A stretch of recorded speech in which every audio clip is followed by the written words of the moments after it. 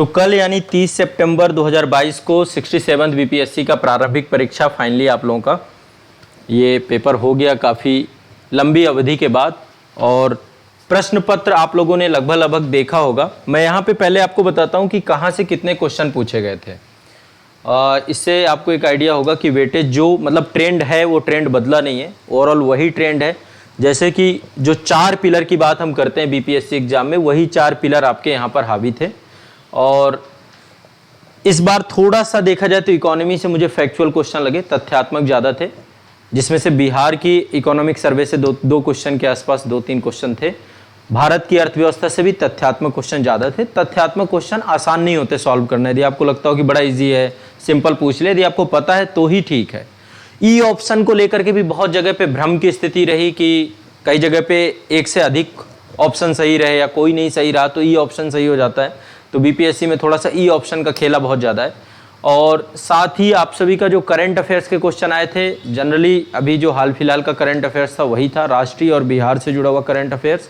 इस बार ज्योग्राफी थोड़ा सा बूम किया है, ज्योग्राफी से 20 क्वेश्चन के आसपास ज्योग्राफी से आए। तो एक बार मैं पहले बता देता हूँ कहाँ से क्या क्या सेगमेंट आया, आप लोग इस चीज़ को नोट भी कर सकते हैं। तो 67th बीपीएससी का एग्ज़ाम जो कल हुआ था, इसमें यदि क्वेश्चंस की बात करें तो सबसे ज़्यादा क्वेश्चन देखा जाए तो हिस्ट्री से आए हैं। हिस्ट्री से लगभग 35 के आसपास क्वेश्चन है। अभी और हम देख लेंगे कि है ना, इसमें बिहार को भी साथ में यदि हम इंक्लूड कर लेते हैं तो 35 प्लस क्वेश्चन यहाँ पे हैं आपके।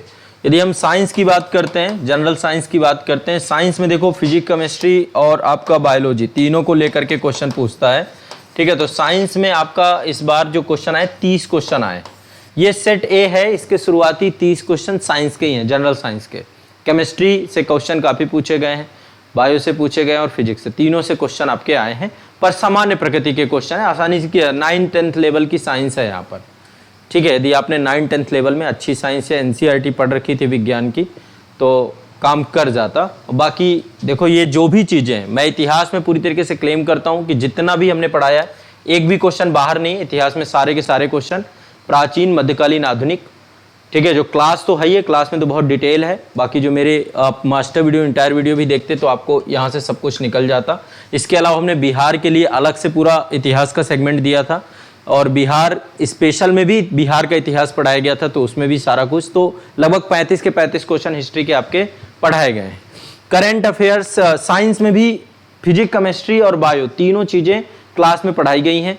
बहुत सामान्य प्रकृति के क्वेश्चन थे, लगभग 30 में 30 क्वेश्चन आपके क्लास से निकल जाएंगे। यदि आप देखेंगे, अभी चर्चा करेंगे हम सारी चीज़ों को लेकर के, केमिस्ट्री और फिजिक्स और बायो तीनों को लेकर के निकल जाएंगे। शुरुआत साइंस से ही होगी तो मैं डिस्कस करूंगा। और साइंस में यदि आपको आपका बैकग्राउंड रहा है तो निश्चित तौर पे आपको क्वेश्चन कठिन नहीं लगने चाहिए। हाँ, कुछ क्वेश्चन है जैसे केमिस्ट्री के कुछ क्वेश्चन है जो थोड़ा सा आपको फैक्चुअल डेटा पता है ना, तो ठीक है। धातुओं से जुड़े हुए क्वेश्चन आए हैं तो वो अभी 1-2 क्वेश्चन है, लेकिन ओवरऑल सारी चीज़ें हमने कवर की थी। और जो क्लासेज इस समय लास्ट मोमेंट पे पढ़ाई गई थी ये सारे आए हैं। करंट अफेयर से लगभग इस बार 34 क्वेश्चन आए हैं, अच्छा खासा वेटेज इसका रहता है करंट का। करंट अफेयर से आपके 34 क्वेश्चन आए, इसमें से लगभग आपका 29 क्वेश्चन के आसपास, 29 से 30 क्वेश्चन आपके संस्थान में पढ़ाए हुए करंट अफेयर से आए, जिनमें से मास्टर वीडियो आपके उससे को करंट अफेयर्स पूछा गया है। और बाकी जो हमने डिटेल में 9-9 घंटे की क्लासेस दी थी करंट अफेयर्स की आज़ाद बीपीएससी एकेडमी के चैनल पे, वहाँ से भी सारी की सारी आपकी करंट अफेयर्स यहाँ से कंप्लीट हुआ है। ज्योग्राफी से 20 क्वेश्चन है, लगभग सभी क्वेश्चन आपके क्लास से हैं।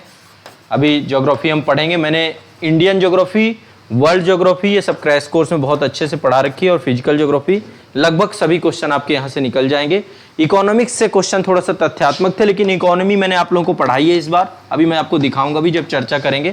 तो उसी से लगभग काफ़ी सारे क्वेश्चन आपके आ गए। जैसे एक आया था शायद एमएसएमई सेक्टर जो आपका है, सूक्ष्म लघु मध्यम उद्योग, उसकी परिभाषा को लेकर के तो मैंने पूरा वो बताया है कि इस बार कोविड में परिभाषा चेंज की गई थी जब आत्मनिर्भर योजना आई थी, तो एक क्वेश्चन वहाँ से था आपका, वो क्लास में आपके नोट से मिल जाएगा। तो ओवरऑल जो भी टॉपिक है मैंने क्लास में करवाए थे आपके, वो आप अभी देखोगे तो इकोनॉमी के आपको पता चल जाएगा, आप लोगों ने ही क्लास ली है तो आप जानते हैं। पॉलिटी से सारे के सारे क्वेश्चन क्लास से हैं आपके, 10 क्वेश्चन के आसपास पॉलिटी देखने को मिला है। और मैथ की बात करें तो 10 क्वेश्चन मैथ से थे। इस बार मैथ सामान्य प्रकृति की थी, यदि 9-10th लेवल का मैथ आपका अच्छा है, 10th लेवल का, तो आप मैथ कर पाते, क्वेश्चन बहुत ज़्यादा टफ नहीं लग रहे थे। सी सेट नहीं होता, एक ही पेपर होता है, 150 क्वेश्चन होते हैं, ठीक है। सी सेट नहीं होता, मैथ इसी में इंक्लूड होती है, एक ही पेपर है। ठीक है, कल एक सूचना थोड़ा सा बड़ी अप्रिय लगी मुझे, वैसे कोई अप्रिय घटना नहीं रही। दरअसल आयोग ने टाइम दे रखा था कि 11 बजे सेंटर में पहुंचना था। बहुत सारे बच्चे थोड़ा सा डिले हो गए, क्योंकि आप खुद सोचिए कई जगह पे क्या है ना कि सेंटर बहुत इंटीरियर पड़ जाता है, आपको भी ट्रांसपोर्टेशन का नहीं पता है। कुछ बच्चों का मेरे पास मैसेज यहाँ तक भी आया कि वो 8 बजे निकले और पहुँचे सेंटर 11:10 में, सेंटर पे एंट्री नहीं मिली और पेपर नहीं दे पाए। कुछ ऐसी भी घटनाएं कल मिली हैं। आप में से तो कोई नहीं है इनमें से जो लोग लाइव हैं, लाइव वाले बच्चे ऐसे तो नहीं है कोई कि जिनके साथ ये घटना हुई हो कि आप पेपर ना दे पाए हों, ऐसा, क्योंकि एटलीस्ट आयोग ने पहले से सूचित कर रखा था। और ये मतलब एक तरीके से कहा जा सकता है कि एक सराहनीय है आयोग का कि इस बार पेपर बहुत अच्छे से करवाया। और पेपर में मतलब जो सेट थे, सेट में क्वेश्चन तो चलो अलग अलग होते ही हैं, ऑप्शन भी इस बार रैंडम थे आपके, है ना, ऑप्शन भी रैंडम कर रखे थे। तो कोई बच्चे किसी के साथ ऐसा तो दिक्कत नहीं हुआ था ना किसी बच्चे के साथ। ठीक, कुछ लोगों के साथ हुआ था, कुछ के मैसेज आए थे, बट एटलीस्ट आयोग ने जो रूल्स बताए हैं उनको आपको फॉलो करना चाहिए। इसीलिए मैं कहता हूं कि एटलीस्ट आपको टाइम से, मैंने 10:30 बजे तक बोला था कि आपको सेंटर पहुंचना ही पहुंचना था, बट हो सकता है ट्रांसपोर्टेशन या किसी कारण से डिले हुआ हो। ठीक है, हाँ ये भी मतलब कुछ बच्चे कह रहे हैं कि सर हम लोगों के सामने OMR को सील नहीं किया गया, जबकि इस बार था कि OMR सील की जाएगी। बट अब ये देखो कितना प्रमाणिक है नहीं पता है, चलो। लेकिन अब एक एक क्वेश्चन को मैं यहाँ पे देखता जाऊंगा, आप लोग भी थोड़ा सा मैं चाहता हूँ कि पार्टिसिपेट करिएगा क्वेश्चन में और समझने का प्रयास करिएगा कि क्या है। बहुत ज़्यादा एक्सप्लेन नहीं करूँगा क्योंकि क्वेश्चन की संख्या है 150। ठीक है, समय हमारे पास है 2 घंटे, तो उम्मीद है कि 2 घंटे के अंदर अंदर ही हम इसे करेंगे। कुछ क्वेश्चन जहाँ पे लगेगा थोड़ा बहुत एक्सप्लेन करना है, चर्चा करनी, नहीं तो फैक्चुअल है, बताता चला जाऊँगा, देखते चले जाना। बाकी इन सब चीज़ों को क्लास में आप देख लेना, अपने ही नोट्स उठाना, उन्हीं नोट्स में आपको सब कुछ मिलेगा। इतिहास के सारे क्वेश्चन मिल जाएंगे, साइंस के सारे क्वेश्चन मिल जाएंगे, जो कुछ भी आप कर चुके हैं सारे टॉपिक यहाँ पर आपको क्लास के नोट्स में मिल जाएंगे। डिटेल से हमने पढ़ाया है, आपको ये पता है मैं कोई भी चीज़ छोड़ के नहीं चलता हूँ। अब देखो पहला ये सेट ए है आपका और इसमें पहला जनरल साइंस के क्वेश्चन है। 30 क्वेश्चन आपको जनरल साइंस के ही मिलने वाले हैं। ठीक है, तो ये एक तरीके से मान के चलिए कि तथ्यात्मक है और पता होगा तो ही कर पाएंगे। ठीक है, तो चलिए पहला क्वेश्चन है आपका, कह रहा है वॉशिंग मशीन का कार्यकारी सिद्धांत क्या है। मतलब वॉशिंग मशीन किस सिद्धांत पे काम करती है। बहुत सिंपल सा क्वेश्चन है, आप सबको पता होगा कि अपकेंद्रीय बल जो होता है ना, एक तरीके से अपकेंद्रीय बल का जब प्रयोग करते हैं, किसी भी चीज को बहुत तेजी से घुमाते हैं, घुमाने के परिणाम स्वरूप जो अपकेंद्रीय बल होता है उससे जो बहुत सारे सूक्ष्म कण होते हैं, जैसे वॉशिंग मशीन में कपड़े धुले जाते हैं ना, तो जब किसी चीज को बहुत तेजी से घुमाते हैं तो जो विषमांगी पदार्थ होते हैं वो आपस में अलग हो जाते हैं। यही प्रक्रिया अपकेंद्रण कहलाती है। ठीक है, बहुत सिंपल सा है। विभिन्न घनत्व के पदार्थों का पृथक्करण किया जाता है अपकेंद्रण विधि के माध्यम से। ठीक है, तो इसका वॉशिंग मशीन ये सब बहुत मेरे ख्याल से क्लास 9, 10th में ये सब चीजें हम पढ़ते हैं, तो इसका सही आंसर सी था। ठीक है, इसका सही आंसर था ए का सी आपका। अपकेंद्र मतलब अपकेंद्री बल का प्रयोग करके कणों को एक दूसरे से अलग करने की विधि। ठीक है, सिंपल सा था, इसमें कुछ नहीं था। अब चलिए अगला क्वेश्चन आपका है प्रकाश की गति को लेकर के। कह रहा है कि प्रकाश की गति निम्न में से किस माध्यम में न्यूनतम होती है। कहां पे प्रकाश की गति न्यूनतम होती है। देखिए प्रकाश की सर्वाधिक गति होती है निर्वात में, वैक्यूम में कितनी होती है 3 लाख किलोमीटर प्रति सेकंड। कितनी होती है 3 लाख किलोमीटर प्रति सेकंड निर्वात में, लगभग के आसपास है, लगभग है, ये आपका एग्जैक्ट डेटा नहीं है। तो यहां पे सर्वाधिक कह रहा है सबसे न्यूनतम कहां पे होती है, तो सबसे न्यूनतम होती है कांच में। ठीक है, सबसे न्यूनतम होती है कांच में, इसका डी ऑप्शन सही है। बहुत इजी सा क्वेश्चन है, ये भी आपका सिंपल सा। यहां पे वेक्टर जो है पूछ रहा है सदिश राशि कौन सी है। सदिश और अदिश आप जानते ही होंगे, जहां पे मैग्नीट्यूड होता है केवल तो वहां पे अदिश राशि होती है, जहां पे मैग्नीट्यूड के साथ साथ डायरेक्शन भी होता है वो आपका सदिश राशि होती है, परिणाम भी होता है। इसको लेकर के बल वेग संवेग, बहुत सिंपल सा, बल वेग संवेग सारी सदिश राशियां होती हैं। तो यहां पे कह रहा है कि निम्नलिखित में से कौन सी आपकी सदिश राशि नहीं है, तो इसका सही ऑप्शन ए है, सिंपल सा है ए ऑप्शन। गति यहां पे सदिश राशि नहीं है। अब ये देखो रटने वाली भी चीज है कि आप एक बार रट लो, ठीक है, और या समझ लो, ये सब चीज़ें आपकी 9th-10th के टॉपिक में चीज़ें आपने पढ़ी होंगी। ठीक, अगला है आपका, ये कौन सा हो गया क्वेश्चन नंबर, अच्छा ये है, ये कह रहा है यदि धरती की घूमने की गति घूर्णन बढ़ा दिया जाए तो भूमध्य रेखा पर पिंड का वजन क्या होगा, मास क्या होगा। भूमध्य रेखा मतलब समझ रहे हैं 0 डिग्री, बहुत सिंपल सी बात है। W = mg होता है, मास गुणे आपका जो गुरुत्वाकर्षण है, गुरुत्वीय त्वरण है। अब आप एक चीज समझिए, जब हम पृथ्वी की यदि हम गति को बढ़ा दें, उसकी घूर्णन गति को, घूर्णन गति 2 प्रकार की गति करती है, परिक्रमण गति और घूर्णन गति। यदि घूर्णन गति को बढ़ा देंगे तो गुरुत्वाकर्षण बल कम हो जाएगा, ठीक है। और ऐसे में क्या होगा, यदि धरती की घूमने की गति घूर्णन गति बढ़ा दी जाए तो भूमध्य रेखा पर पिंड का भार क्या हो जाएगा, घट जाएगा।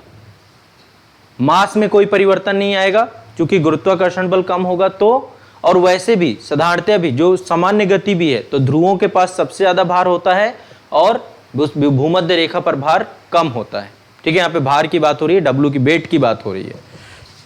तो ये बहुत सिंपल सा है, इसका ऑप्शन बी होगा, ठीक है। ये सब मतलब आप एक तरीके से कहें कि आप देखेंगे कि प्रैक्टिकल चीजें हैं, जितना भी चीजें पूछा गया ना एप्लीकेशन सेक्शन पूछा गया है, इससे ज्यादा कुछ नहीं है। अगला कह रहा है गति को सर्वप्रथम किसने परिभाषित किया, तो इटली के वैज्ञानिक गैलीलियो, इनके द्वारा सबसे पहले गति के बारे में चर्चा की गई। इसका आपका ए सही होगा, ठीक है। इसके बाद ये कह रहा है कि किस नियम के अनुसार समान ताप और दाब पर सभी गैसों के निश्चित आयतन में अणुओं की संख्या समान होती है, ठीक है। तो ये बहुत सिंपल सा, यदि आप लोगों ने पढ़ा होगा तो आवोगाद्रो का नियम है। आवोगाद्रो के नियम के अंतर्गत समान ताप और दाब पर आदर्श गैस का जो आयतन होता है, कणों और अणुओं की संख्या समान होती है, ठीक है। तो ये भी आपका रटा रटाया ही है, यदि आपने पढ़ा है तो इसको भी कर सकते हो। इसका डी होगा, 6 का डी सही है, ठीक है। यदि आपके पास सेट अलग है तो आप अपने हिसाब से देखिएगा। यहाँ पे अपेक्षिता का सिद्धांत, इसी को ही सापेक्षिता का सिद्धांत भी कहते हैं, ठीक है। थ्योरी ऑफ रिलेटिविटी सबको पता है किसने दिया है, ठीक है। 2 प्रकार में जो है 2 बड़े अंग होते हैं, एक विशिष्ट अपेक्षिता होती है स्पेशल रिलेटिविटी और दूसरी होती है जनरल रिलेटिविटी। तो अल्बर्ट आइंस्टीन के द्वारा दी गई है थ्योरी ऑफ रिलेटिविटी का सिद्धांत, अल्बर्ट आइंस्टीन। तो ये भी क्वेश्चन देखा जाए तो आसान था, आप लोग पढ़ते चले आए होंगे इसको, ठीक है। इसके बाद 7 के बाद आपका 8वां है, कह रहा है कि एक संवाहक। अब देखो ये क्वेश्चन हो सकता है कि आप में से बहुत सारे बच्चों को ना समझ में आए, नहीं पढ़ा हो, ठीक है। अलग अलग हो सकता है सबके साथ, क्योंकि साइंस में आपका बैकग्राउंड कैसा, और बैकग्राउंड के बाद भी साइंस के साथ है कि आपका रिवीजन कितना हुआ है। यदि आपने एटलीस्ट रिवीजन नहीं किया तो शायद तब भी दिक्कत हो जाती है, ठीक है। तो ये वाला क्वेश्चन कहीं ना कहीं पे बहुत सारे लोगों को कंफ्यूजन था। कह रहे एक संवाहक के तापक्रम परिवर्तन के कारण इसमें विभव परिवर्तन होता है, इस घटना को क्या कहते हैं। अब देखिए सिंपल सी बात समझिए, मान लीजिए एक धातु का एक हिस्सा है, उसकी तुलना में मतलब धातु के एक हिस्से में तापमान ज्यादा है। मान लीजिए कोई धातु की छड़ है, रॉड है, उसके एक हिस्से में तापमान ज्यादा है और दूसरे हिस्से में उसका तापमान कम है। तो ऐसे में जहां पर उच्च तापमान होगा, यानी कि जहां पे टेम्परेचर ज्यादा होगा, यानी जो हिस्सा ज्यादा गर्म होगा, तो वहां पे जो इलेक्ट्रॉन होंगे उन इलेक्ट्रॉनों की गतिज ऊर्जा भी ज्यादा होगी। और जो धातु का ठंडा क्षेत्र है, ठंडा भाग है, उसकी तुलना में गर्म भाग में बहुत तेजी से विसरित होंगे। तो ये आपका थॉमसन का सिद्धांत है, जिसमें वैद्युत विभव के बारे में बताया गया है और विभव परिवर्तन के बारे में बात की गई है। तो इसका 8वें का नंबर आपका होगा ए नंबर, थॉमसन प्रभाव।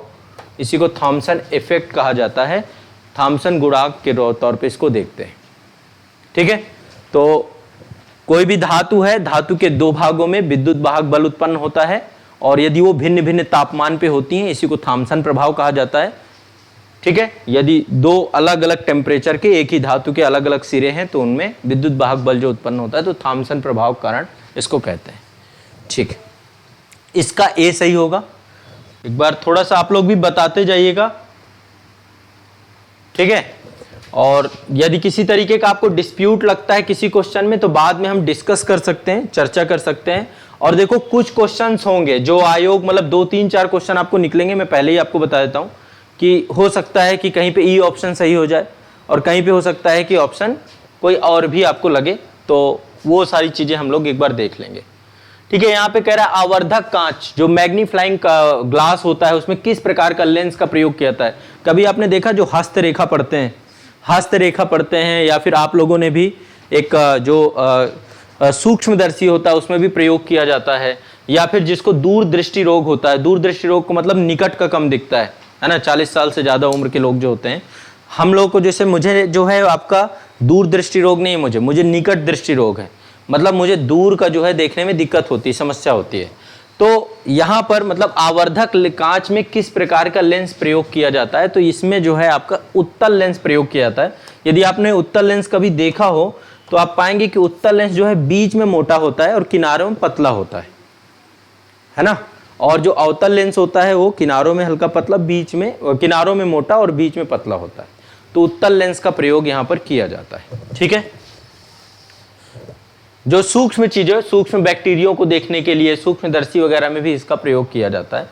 ठीक, चलिए अगला कह रहा है चुंबकत्व का अनुचुंबकीय सिद्धांत निम्न में से किसके द्वारा प्रदर्शित होता है। देखो चुंबकत्व का अनुचुंबकीय या समचुंबकत्व सिद्धांत क्या है, थोड़ा समझने का प्रयास करो। चुंबक में दो पोल होते हैं, एक नॉर्थ पोल एक साउथ पोल। ठीक है, यदि नॉर्थ पोल को लाओगे तो ये आपस में दूर जाएंगे, या साउथ पोल को लाओगे तो आपस में दूर जाएंगे। यदि नॉर्थ और साउथ को एक साथ लाओगे तो क्या होंगे, एक दूसरे के साथ आकर्षित होंगे। ठीक है, एक दूसरे के साथ जुड़ जाएंगे। अपोजिट पोल्स जो होंगे वो आपस में जुड़ जाएंगे, और जो एक ही जो है पोल्स है वो आपस में दूर जाएंगे। तो इसमें से कह रहा है कि चुंबकत्व का अनुचुंबकीय सिद्धांत निम्न में से किसके द्वारा प्रदर्शित किया जाता है। तो इसमें आपका निकेल भी सही है, इसमें लोहा भी सही है आपका। ठीक है, तो एटलीस्ट इसका ऑप्शन आपका ई होना चाहिए, मेरे हिसाब से इसका ऑप्शन ई होगा, क्योंकि इसमें दो ऑप्शन सही है, क्योंकि ई ऑप्शन में उपर्युक्त में से कोई नहीं, उपर्युक्त में से एक से अधिक, तो संभवतः इसका ऑप्शन ई होना चाहिए 10 में। आप लोगों ने क्या लगाया है, ठीक है, एक बार थोड़ा सा इसको देखिएगा, इसका संभवतः ई सही होना चाहिए।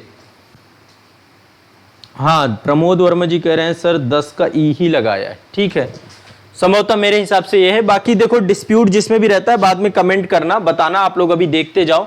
परमाणु के नाभिक में कौन कौन से मूल कण होते हैं। देखो बहुत सिंपल सा क्वेश्चन है, तो आप लोगों ने 6वीं क्लास में पढ़ लिया होगा कि परमाणु का जो नाभिक होता है उसमें प्रोटॉन और न्यूट्रॉन पाए जाते हैं, पॉजिटिव चार्ज होता है और उस इलेक्ट्रॉन चारों तरफ चक्कर लगाते हैं। खूब आपने पढ़ा होगा, ईटा पर नाच, ये सब पढ़ाते थे ना पहले टीचर। इलेक्ट्रॉन की कोर्स जे टॉमसन ने की, ईटा पर नाच वो दिखाते थे, तो प्रोटॉन की रदरफोर्ड ने की। नहीं, ऐसा विश्वास मत करो, अभी विश्वास कराने वाले क्वेश्चन आएंगे। इसको आसान मत समझो, इसमें भी इतना आसान नहीं है कि आपको लग रहा हो। ये यहाँ बैठे हुए हैं एक वातानुकूलित कमरे पे और पेपर हो चुका है और मैं आपके साथ खड़ा हूँ, समझ रहे हैं, इसलिए क्वेश्चन है। और मैं एक चीज और बता दूं, एटलीस्ट एक, अभी तो मैं मान लो क्वेश्चन डिस्कस कर रहा हूँ, टाइम हो चुका है, सारी चीजें। यदि मैं अभी एग्जाम हॉल पे होता, वो जो एग्जाम का प्रेशर होता, समझ रहे हो, तो बहुत फर्क पड़ता है इन सब चीजों का, वहां का और यहाँ का, बाद में क्वेश्चन डिस्कस करना, ये सब बहुत आसान काम है। एग्जाम हॉल का प्रेशर स्टूडेंट ही समझता है, जो 2-4 एग्जाम देंगे। तो किसी चीज को हल्के में ना लो, बहुत सिंपल क्वेश्चन। इसको भी गलत करने वालों की संख्या ऐसा नहीं कि नहीं होगी, इसमें भी गलत करने वाले लोगों की संख्या होगी। कह रहा जिस धातुकर्म प्रक्रिया के अंतर्गत धातु मिश्रित अवस्था में पाई जाती है उस प्रक्रिया को प्रगलन कहा जाता है। ठीक है, इसका सही आंसर होगा प्रगलन। अब जैसे ये क्वेश्चन भी है, बहुत सारे लोगों को ये लग रहा होगा कि यार ये नहीं पता है। ठीक है, तो 12 का आपका, अब ये सब चीजें केमिस्ट्री की हैं। ठीक है, पढ़ाया जाएगा, ये केमिस्ट्री में ऐश्वर्य सर ने पढ़ाया आपको, तो 12 का ए होगा। इसके बाद आपका नेक्स्ट है निम्नलिखित में से कौन सा पीतल के घटक हैं। तो मिश्र धातु के बारे में आप जानते हैं, है ना। पीतल एक मिश्र धातु है और पीतल में लगभग 36% जस्ता पाया जाता है। जस्ता प्लस तांबा 2 से मिलकर बनती है। और आपको एक चीज और पता होगा, तांबा और कांसा को मिला देते हैं, वो कांसा किससे बनता है, कांस्य युगीन सभ्यता। तांबा के साथ किसको मिलाते हैं, टिन को मिलाते हैं। जब तांबा और टिन को मिलाया जाता है तो कांसा बनता है। ठीक है, सिंपल। सो इसका सही आंसर क्या है, ए सही है, जस्ता एवं तांबा। ठीक है, ओ नेक्स्ट ये आपका अनबुझा चूना क्या है, बुझा हुआ चूना और अनबुझा चूना। तो कैल्शियम ऑक्साइड जो आपका है CaO, इसको अनबुझा चूना कहते हैं, और कैल्शियम हाइड्रोक्साइड को आपका बुझा हुआ चूना कहते हैं, CaOH का होल ट्वाइस। ठीक है, तो ये आपका इसका सही आंसर होगा ए सही होगा। ठीक, इसके बाद नेक्स्ट है, ये है जंग लगने से लोहे के वजन में निम्नलिखित में से कौन सा परिवर्तन आएगा। अब ये भी प्रैक्टिकली वाला ही है। देखिए लोहा दरअसल क्या होता है, फेरस जब ऑक्सीजन के जब वायु में आर्द्रता होती है, ठीक है, और जब लोहा ऑक्सीजन के साथ क्रिया करता है तो फेरस ऑक्साइड बनती है, और फिर आर्द्रता की उपस्थिति में, और फेरस ऑक्साइड के कारण जो है लोहे के वजन में वृद्धि हो जाती है, क्योंकि ऑक्सीजन का भी वेट जुड़ जाता है। तो जब भी लोहे में जंग लगेगी तो लोहे का वेट बढ़ेगा, ठीक है, लंबे समय तक बढ़ता रहता है। इसका ए ऑप्शन सही होगा, 15 का ए ऑप्शन सही होगा। ठीक है, इसमें से नहीं, 14 का सी नहीं सही बेटा, 14 का क्या था आपका, हाँ इसका है कैल्शियम ऑक्साइड ही है, इसका अनबुझा, बुझा हुआ चूना नहीं है, अनबुझा चूना है, तो इसका सी ओ ही होगा। ठीक है, और ये कैल्शियम हाइड्रोक्साइड ये आपका है बुझा हुआ चूने का सूत्र। तो ये मेरे ख्याल से जहां तक ए सही होगा, बाकी किसी को दिक्कत है तो एक बार फिर गूगल करके इसका चेक कर लेंगे। इसके बाद आपका ये मैंने बता दिया, 15 का ए सही। हाँ, पहले बढ़ता है और फिर घटता है। जब वो नहीं पूछा गया ना उसको कि जब वो हट जाएगा, जब वो गिर जाएगा। यहाँ पे क्या लिखा हुआ है, जंग लगे लोहे के वजन में निम्नलिखित में से कौन सा परिवर्तन होता है। ये लंबे समय तक बढ़ता रहता है। अब आपको क्या लग रहा है कि जंग जब हट जाएगी, अब बाकी देखो आयोग के ऊपर है। मुझे जो लग रहा है इसका आंसर कि एटलीस्ट इसका आंसर ए सही होगा।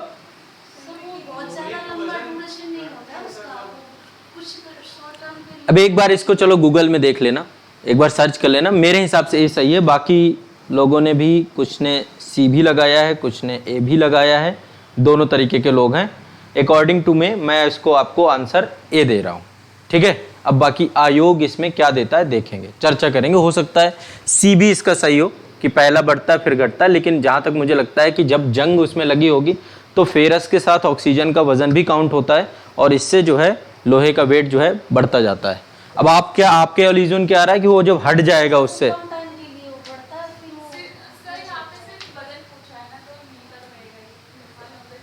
चलो ठीक है, देखते हैं एक बार। इसका डिस्प्यूटेड मान लो आप लोग, ए और सी में डिस्प्यूट है। मेरे हिसाब से ए सही है, बाकी आयोग जब देता है उसके हिसाब से देख लेंगे। नेक्स्ट करा, निम्नलिखित में से किसे श्वेत धातु कहा जाता है। ठीक है, तो श्वेत धातु में एंटीमनी, टिन, कैडमियम, बिस्मथ, ये कुछ धातुएं आती हैं, लेकिन इसमें निकेल, रोडियम, प्लेटिनम, पैलेडियम जो भी दिया हुआ है इनमें से कोई नहीं है। ये आपका ई ऑप्शन सही होगा इसका। ठीक है, इसके बाद नेक्स्ट है आपका 16 हो गया। 16 के बाद ये है नोबेल। उत्कृष्ट धातुओं के संदर्भ में निम्नलिखित वाक्यों पर विचार करिए। कथन कारक से क्वेश्चन मिल जाता है तो थोड़ा सा दिल में तसल्ली होती है कि कम से कम आयोग ने इस तरीके के क्वेश्चन रखे हैं। ये क्वेश्चन यूपीएससी में ज़्यादा देखने को मिलते हैं। उत्कृष्ट धातुओं के संदर्भ में निम्नलिखित वाक्यों पर विचार करिए। उत्कृष्ट धातुएं प्रकृति में शुद्ध रूप से प्राप्त होती हैं, बिल्कुल सही कथन है। इसके बाद कह रहा है यूरेनियम एवं सीसा उत्कृष्ट धातु के उदाहरण है। तो देखिए यूरेनियम और सीसा नहीं है, उत्कृष्ट धातु के अंतर्गत सोना आता है, चांदी आता है, रेडियम आता है, प्लेटिनम आता है, ये सब आते हैं।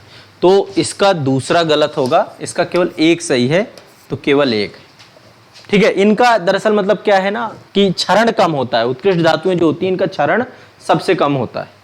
ठीक है, जैसे सोना है आपको पता है कि उसका क्षरण नहीं होता है, न्यूनतम होता है। ठीक है, इसके बाद नेक्स्ट है आपका 18 नंबर। कह रहा है शुद्ध जल में नमक को घोलने से जल का क्वथनांक बढ़ जाता है तथा जल का हिमांक घट जाता है। आपको पता होगा जब बर्फ को जमाते हैं तो उसमें थोड़ा सा नमक घोल देंगे तो बर्फ जल्दी जम जाएगी क्योंकि उसका हिमांक घट जाता है, और दूसरा वो पिघलती नहीं है जल्दी।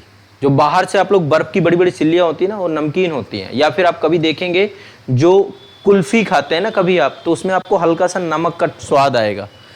जो कुल्फी जमाते हैं वो फ्रीजर वाली बात नहीं कर रहा हूँ, जो बाहर बेचते हैं ना, तो उसमें आपको हल्का सा वो नमकीन सा लगेगा आपको, ये बात है। तो इसका 18 का यदि देखें तो 18 का सही आंसर आपका ये वाला तो ठीक है। फिर कह रहा है जब जल में जब मिथाइल अल्कोहल डालते हैं तो जल का क्वथनांक घट जाता है। तो इसके दोनों कथन सही है, ये भी सही है, ये भी सही है। ठीक है, तो 18 का आपका डी सही है।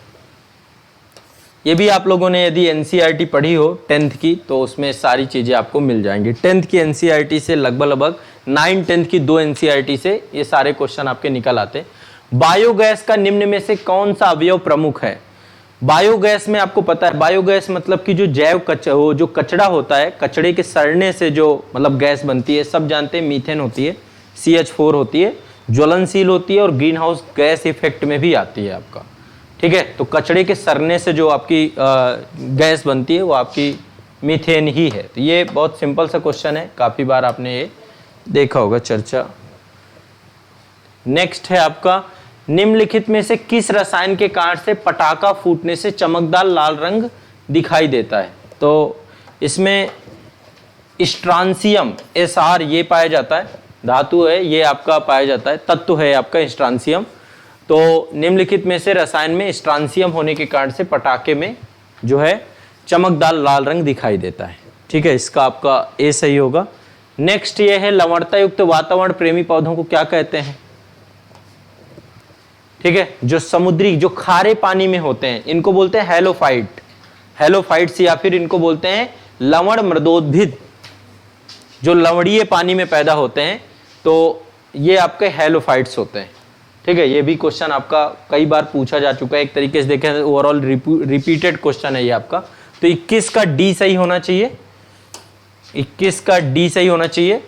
ठीक है, आप में से किसी को भी कोई भी क्वेश्चन पे डिस्प्यूट होता है, कुछ भी होता है, तो आप एक बार लिख के रखिए, फिर बाद में हम देखेंगे कमेंट पे, आप लोग कमेंट करके मुझे बता दीजिएगा। कवक पौधों में नहीं पाया जाता है। ठीक है, कवक पौधों में नहीं पाया जाता है पर्णहरित। ठीक है, पर्णहरित नहीं पाया जाता है। नेक्स्ट है आपका, परागण की परिभाषा है, परागण का परागकेशर से क्लोम छिद्र तक स्थानांतरित होने की क्रिया, परागकण का अंकुरण, पराग नली में बीजाणु तक पहुंचना, कीटों का फूलों तक पहुंचना। तो इसका ए सही होगा आंसर। परागकण का परागकेशर से क्लोम छिद्र तक स्थानांतरित होने की क्रिया को परागण बोलते हैं। ठीक है, तो इसका ए सही है 23 का। ठीक है, ये बायो का क्वेश्चन है आपका। नेक्स्ट है, पौधे अपना पोषक तत्व मुख्यतः किससे प्राप्त करते हैं? ये क्वेश्चन सिंपल सा है। पोषक तत्व पर्णहरित से तो मिलता नहीं, सूर्य की प्रकाश की, ये तो एक तरीके से फोटोसिंथेसिस जो प्रक्रिया होती है उसे संपन्न कराते हैं। वायुमंडल से कार्बन डाइऑक्साइड मिलती है, प्रकाश आपको सूर्य से मिलता है, मृदा से पोषक तत्व मिलता है, जल और जो पोषक तत्व हो मिट्टी से पाए जाते हैं। ठीक है, मिट्टी से मिलते हैं। तो ये भी एक क्वेश्चन आपका देखा जाए तो आसान सा था। नेक्स्ट है आपका पादप, हाँ यहाँ पे लिखा है, पाइन, फर, स्प्रूस, सेडार, लार्च, साइप्रस आदि मशहूर लकड़ी के उत्पादक पौधों में से बहुत से भारत के पहाड़ी क्षेत्रों में पाए जाते हैं। ये सभी क्या कहलाते हैं? तो देखो यहाँ पर मतलब ये जितने भी पहाड़ी पौधे हैं इनके बारे में पूछ रहा है कि इन पौधों को क्या कहते हैं। अनावृत बीजी, आवृत बीजी, अनावृत बीजी, एक बीज पत्री या द्विबीजपत्री। देखो यहाँ पे आवृत बीजी का मतलब है कि कुछ बीज ऐसे होते हैं जो कि फूल के अंदर होते हैं या फल के अंदर पाए जाते हैं। पौधों में आमतौर पे देखते हो फल के अंदर बीज निकलते हैं, फूलों से भी बीज बनते हैं, फूल से फल बनता है फिर बीज बनते हैं। अनावृत बीजी पौधे वो होते हैं जिनके जो बीज होते हैं वो खुले होते हैं, एक तरीके से कह सकते हैं कि नग्न सीड, नग्न बीज, जिनके ऊपर कोई कवर नहीं होता, फूल और फल के अंदर नहीं होते हैं। तो जितने भी पहाड़ी पर्वत होते हैं, पहाड़ी क्षेत्रों में पाए जाते हैं, इनको बोलते हैं अनावृत बीजी पौधे। ठीक है, जिनके बीज जो है अनावृत हो, कोई आवृत ना हो उनमें। ठीक है, तो इसका बी सही होगा 25 का बी सही होगा। ठीक है, इसके बाद चलते हैं। नेक्स्ट है यहाँ पे कह रहा है कि निम्नलिखित में से कौन सा सही सुमेलित है? तो स्कर्वी तो आपको पता है विटामिन सी की कमी से होता है, थायमिन B1 है शायद रासायनिक नाम। फिर यहाँ पे tuberculosis, ATS, tetanus, BCG, malaria, इसमें से कह रहा है कौन सा सही सुमेलित है? तो यहाँ पे देखो क्लोरोक्विन, इसका नाम बहुत आया है कोविड में, क्लोरोक्विन का बुखार की दवा है ये, और मलेरिया में आमतौर पे इसको दिया जाता है आपका। ठीक है, सिनकोना से प्राप्त होता है, मलेरिया की दवा है ये। तो इसमें कह रहा है कौन सा जोड़ा सुमेलित है? तो इसका डी सही होना चाहिए आमतौर पे, ये इसका डी सही है, मलेरिया क्लोरोक्विन। ठीक है, कोविड में ये दवा खूब चर्चा में भी रही है आपकी। नेक्स्ट है आपका अगला क्वेश्चन है, लाल रक्त कणिका विहीन जंतु कौन सा है, किसमें लाल रक्त कणिकाएं नहीं पाई जाती हैं? तो इसका सही आंसर है आपका केचुआ। केचुआ में लाल रक्त कणिकाएं नहीं पाई जाती हैं। ये भी बायो का क्वेश्चन है। ठीक है, नेक्स्ट है आपका कार्बोहाइड्रेट के अपघटन के उपरांत अंतिम रूप से क्या बनता है? तो कार्बोहाइड्रेट के अपघटन के उपरांत से अंतिम रूप से शर्करा बनती है, ग्लूकोज बनता है। ठीक है, अंतिम तौर पे ग्लूकोज बनता है। तो अंतिम उत्पाद आपका कार्बोहाइड्रेट का ग्लूकोज ही होता है। नेक्स्ट करा, अधिकतर एंजाइम होते हैं किससे? प्रोटीन से बने होते हैं। ठीक है, अधिकतर एंजाइम आपके प्रोटीन के होते हैं। नेक्स्ट है आपका, ये सब देखो फैक्चुअल है, याद है तो कर लोगे। किस वैज्ञानिक और चिकित्सक ने पहली बार टीकाकरणों की शुरुआत की? तो एडवर्ड जेनर के द्वारा। एडवर्ड जेनर, माफ करिएगा, एडवर्ड जेनर ये आपके ब्रिटिश वैज्ञानिक थे और सबसे पहले इनके द्वारा ही आपका टीकाकरण की शुरुआत की गई थी। चेचक का टीका बनाया था, है ना। तो टीकाकरण को लेकर के ये डी ऑप्शन इसमें सही होगा। ये आपके साइंस के क्वेश्चन थे। अब इनमें से केमिस्ट्री के एक दो क्वेश्चन को छोड़ दें, खासकर वही जो मैंने बताया कि धातु वातु से जुड़े हुए। तो बाकी के क्वेश्चन आपने नॉर्मली यदि आपने पढ़ रखे हैं तो आपको करना चाहिए, हो जाने चाहिए आपसे। ठीक है, सिंपल से क्वेश्चन थे, बट ओवरऑल एग्जाम हॉल पे कंफ्यूजन होता है बहुत सारे बच्चों का। तो इसका 30 का तो डी सही होगा।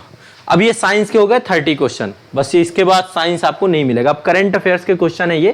कह रहा जुलाई 2022 में किस देश के पूर्व प्रधानमंत्री शिंजो अबे की चुनाव अभियान के दौरान गोली मारकर हत्या कर दी गई? खूब पता है आप लोगों को, ये चर्चा में थी काफी। चुनाव अभियान के दौरान एक सिरफिरे ने गोली मार के हत्या कर दी उनकी। और शिंजो अबे जी के बारे में आपको जानता है, पद्म भूषण दिया गया था भारत सरकार के द्वारा। हाँ, पार्टी मुझे एग्जैक्ट अभी याद नहीं है। ठीक है, तो शिंजो अबे जी चुनाव प्रचार अभियान में थे, वहीं पर एक सिरफिरे एक लड़के ने गोली मार के हत्या कर दी थी, उसकी अलग ही कहानी थी। ठीक है, और जापान के, सबको पता है कि जापान के थे। ठीक है, पार्टी में आपको बता दूंगा, पार्टी देख लीजिएगा, गूगल कर लीजिएगा, मिल जाएगी। नेक्स्ट है यहाँ पे, संयुक्त राष्ट्र महासभा में बहुभाषावाद पर भारत प्रायोजित प्रस्ताव अपनाया गया। इनमें से पहली बार किस भाषा का उल्लेख किया गया? तो इसमें हिंदी भाषा है आपकी। ठीक है, इसका भी डी सही है, हिंदी भाषा का उल्लेख किया गया है। तो 32 का डी सही होगा। अब करंट के क्वेश्चन है, देखो सिंपल सिंपल से हैं, सब चर्चा में थे ये। यूक्रेन रूस में सैन्य अभियानों पर चर्चा करने के लिए महासभा के आपातकालीन सत्र की अध्यक्षता किसने? खूब चर्चा में था, मालदीव के ये विदेश मंत्री हैं अब्दुल्ला शाहिद। ठीक है, मालदीव के विदेश मंत्री अब्दुल्ला शाहिद थे, इनके ही अध्यक्षता में हुआ है। अब किसी को लग रहा होगा कि भाई एंटोनियो गुटेरस थे, तो एंटोनियो गुटेरस नहीं थे इसमें। ठीक है, अब्दुल्ला शाहिद थे। 33 का ए सही होना चाहिए। इसके बाद चलते हैं 34 पे। अगला कह रहा है, भारत में फरवरी 2022 में युद्ध प्रभावित यूक्रेन से भारतीयों को लाने के लिए, खूब आराम से आप सब जानते हो, ऑपरेशन गंगा चलाया गया था। ऑपरेशन गंगा के तहत जो है भारतीयों को लाया गया है ना। जो सीमावर्ती बॉर्डर्स वाले क्षेत्र थे वहां से सभी को निकाला गया है। ठीक है, तो ये भी क्वेश्चन आपका सिंपल सा है, कुछ नहीं है इसमें। नेक्स्ट अगला क्वेश्चन कह रहा, हाल ही में चीन ने सकतेंग वन्यजीव अभयारण्य के आसपास के क्षेत्रों पर अधिकारों का दावा किया है। खूब चर्चा में था यह दावा करते हुए यह एक विवादित क्षेत्र है। वन्यजीव अभयारण्य कहां पे अवस्थित है? तो इसका सही ऑप्शन है बी, भूटान पे। ठीक है, यह भी करंट अफेयर्स का था, खूब चर्चा में था। इसके बाद अगला वाला, ये भी बहुत चर्चा में इस समय चल रहा है। अभी सरकार के द्वारा 5 सदस्यीय टीम भी गठित की गई है। 2030 में भारत में G20 शिखर सम्मेलन होने जा रहा है, और किस राज्य केंद्र शासित प्रदेश को चुना गया? तो जम्मू कश्मीर को। ठीक है, तो ये भी आपका जम्मू कश्मीर में आपका होना है G20 शिखर सम्मेलन, और ये इसके लिए 5 सदस्यीय जून में जो है 5 सदस्यीय टीम भी गठित की गई थी। ठीक है, और मास्टर वीडियो वगैरह में मैंने ये सारे चर्चा की है, आप एक बार देखेंगे तो सब में जो मैं बोलता हूँ कि टॉप 4 देख के जाना, तो उसमें आपको ये सब मिल जाएंगे जितने भी क्वेश्चन हैं। ठीक है, अगला चलते हैं नेक्स्ट। हाँ, एक ये देखो, संयुक्त राष्ट्र शांति अभियानों से पूछा गया है। ये भी देखो, अब ये क्वेश्चन देख के थोड़ा सा दिल खुश हो जाता है, क्योंकि ऐसे क्वेश्चन थोड़ा सा डिफिकल्ट, मुझे ये क्वेश्चन डिफिकल्ट से लगते हैं, क्योंकि इनमें से एक कथन कारण वाला है। थोड़ा सा लेवल आयोग को यही रखना चाहिए, लेकिन अभी तक आयोग इसी तरीके लिखा हुआ है। संयुक्त राष्ट्र संघ शांति रक्षक बल का प्रयोग केवल अपनी आत्मरक्षा के लिए कर सकते हैं। तो मतलब एक सेल्फ डिफेंस के लिए ही केवल किया जाएगा ऐसा नहीं है, शांति के लिए भी किया जाता है ना। वहां पे शांति स्थापित करनी, मान लो कोई क्षेत्र है बहुत ज्यादा अशांत है तो वहां पर शांति स्थापित करने के लिए भी किया जाता है। और लेकिन ऐसा नहीं होता जो मतलब शांति रक्षक बल जो होता है, अब जैसे अभी यहाँ पे आपका यूक्रेन और रशिया के बीच में युद्ध चल रहा है, दोनों देशों के द्वारा। यूक्रेन ने ऑफिशियली युद्ध घोषित कर रखा है और रूस ने अभी तक इसको युद्ध के तौर पे नहीं रखा है। तो यहाँ पे भी संयुक्त राष्ट्र काम कर रहा है, लेकिन एटलीस्ट अभी ये विवाद इतना ज्यादा बना हुआ है कि यहाँ पे पॉसिबिलिटी नहीं है। तो ये वाला कथन इसका गलत होगा, क्योंकि आत्मरक्षा के लिए नहीं है, किसी भी क्षेत्र को, अशांत क्षेत्र को शांत करने के लिए प्रयास किया जाता है। तो इसका आपका क्या होगा, ये तो मेरे ख्याल से लगभग गलत होगा। दूसरा कह रहा है शांति स्थापना अभियान केवल संयुक्त राष्ट्र सुरक्षा परिषद के एक प्रस्ताव द्वारा। तो देखो सुरक्षा परिषद, ये ध्यान रखिएगा, सुरक्षा परिषद के प्रस्ताव के द्वारा ही वापस लिया जा सकता है, ये कथन सही है। इसके बाद संयुक्त राष्ट्र अमेरिका संयुक्त राष्ट्र शांति अभियान में सबसे बड़ा बजट का योगदान करता है। जो भी संयुक्त राष्ट्र शांति अभियान होते हैं सबसे बड़ा आपका संयुक्त राष्ट्र अमेरिका ही है। तो इसके कथन आपके 2 और 3 सही होंगे। तो इस हिसाब से मुझे लगता है इसका बी ऑप्शन सही होगा। ठीक है, तो इसका बी ऑप्शन सही है, 37 का, 37 का बी सही है। इसके बाद नेक्स्ट है, कह रहा है अभी आप लोगों को मैंने पढ़ाया था इजराइल I2U2 आपने जब पढ़ा था, एक नया क्वाड बना है, तो उसमें अब्राहम एकॉर्ड के तहत मान्यता प्रदान की है इजराइल को। कई बहरीन ने, यूएई ने, है ना, ये चर्चा हुई थी हमारी क्लास में।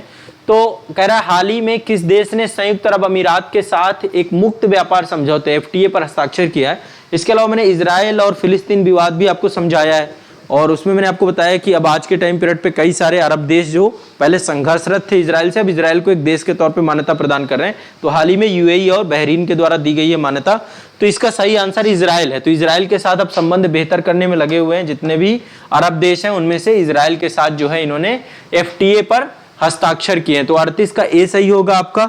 ठीक है, एक अगला है, आर्कटिक की जलवायु की निगरानी के लिए किस देश ने अपना पहला उपग्रह आर्कटिका M लॉन्च किया है।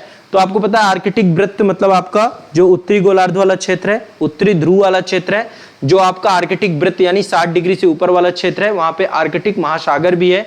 तो आर्कटिक महासागर में बहुत सारे रिसोर्सेज हैं, लेकिन ग्लोबल वार्मिंग के परिणाम स्वरूप वहां पर बहुत सारी जैव विविधता और उसके संरक्षण को लेकर के भी बात हो रही है। वहां पे निगरानी के लिए अभी रूस के द्वारा जो है क्या किया गया है, एक आर्कटिका M लॉन्च किया गया। और आपको पता है कि रूस ने आर्कटिक वृत्त को, या कहें कि पूरे के पूरे आर्कटिक महासागर को, रूस है, कनाडा है और आइसलैंड है, कुछ छोटे छोटे देश हैं वहां पे, ग्रीनलैंड है ना, तो ये सारे देशों ने घेर रखा है, पूरा उन्हीं के बीच में है। तो अभी रूस के द्वारा इनिशिएटिव लिया गया है, एक जो है जलवायु निगरानी के लिए आर्कटिका M को लॉन्च किया गया है। तो ये भी करंट अफेयर्स का था। ठीक है, अगला है T20 इंटरनेशनल पे 3000 रन पार करने वाला पहला भारतीय खिलाड़ी कोई होगा, कौन होगा? एक ही व्यक्ति है, विराट कोहली। वैसे विराट कोहली अभी दूसरे नंबर पे हैं, रोहित शर्मा उनसे ऊपर जा चुके हैं। ठीक है, पहले नंबर पे आपके रोहित शर्मा है, पर पहला व्यक्ति विराट कोहली ही था। अब विराट कोहली थोड़ा सा फॉर्म से गड़बड़ा गए, तो पहले नंबर पे रोहित शर्मा है और विराट कोहली बहुत ज्यादा पीछे नहीं है। और एक तीसरे हैं मार्टिन गप्टिल, न्यूजीलैंड के खिलाड़ी हैं।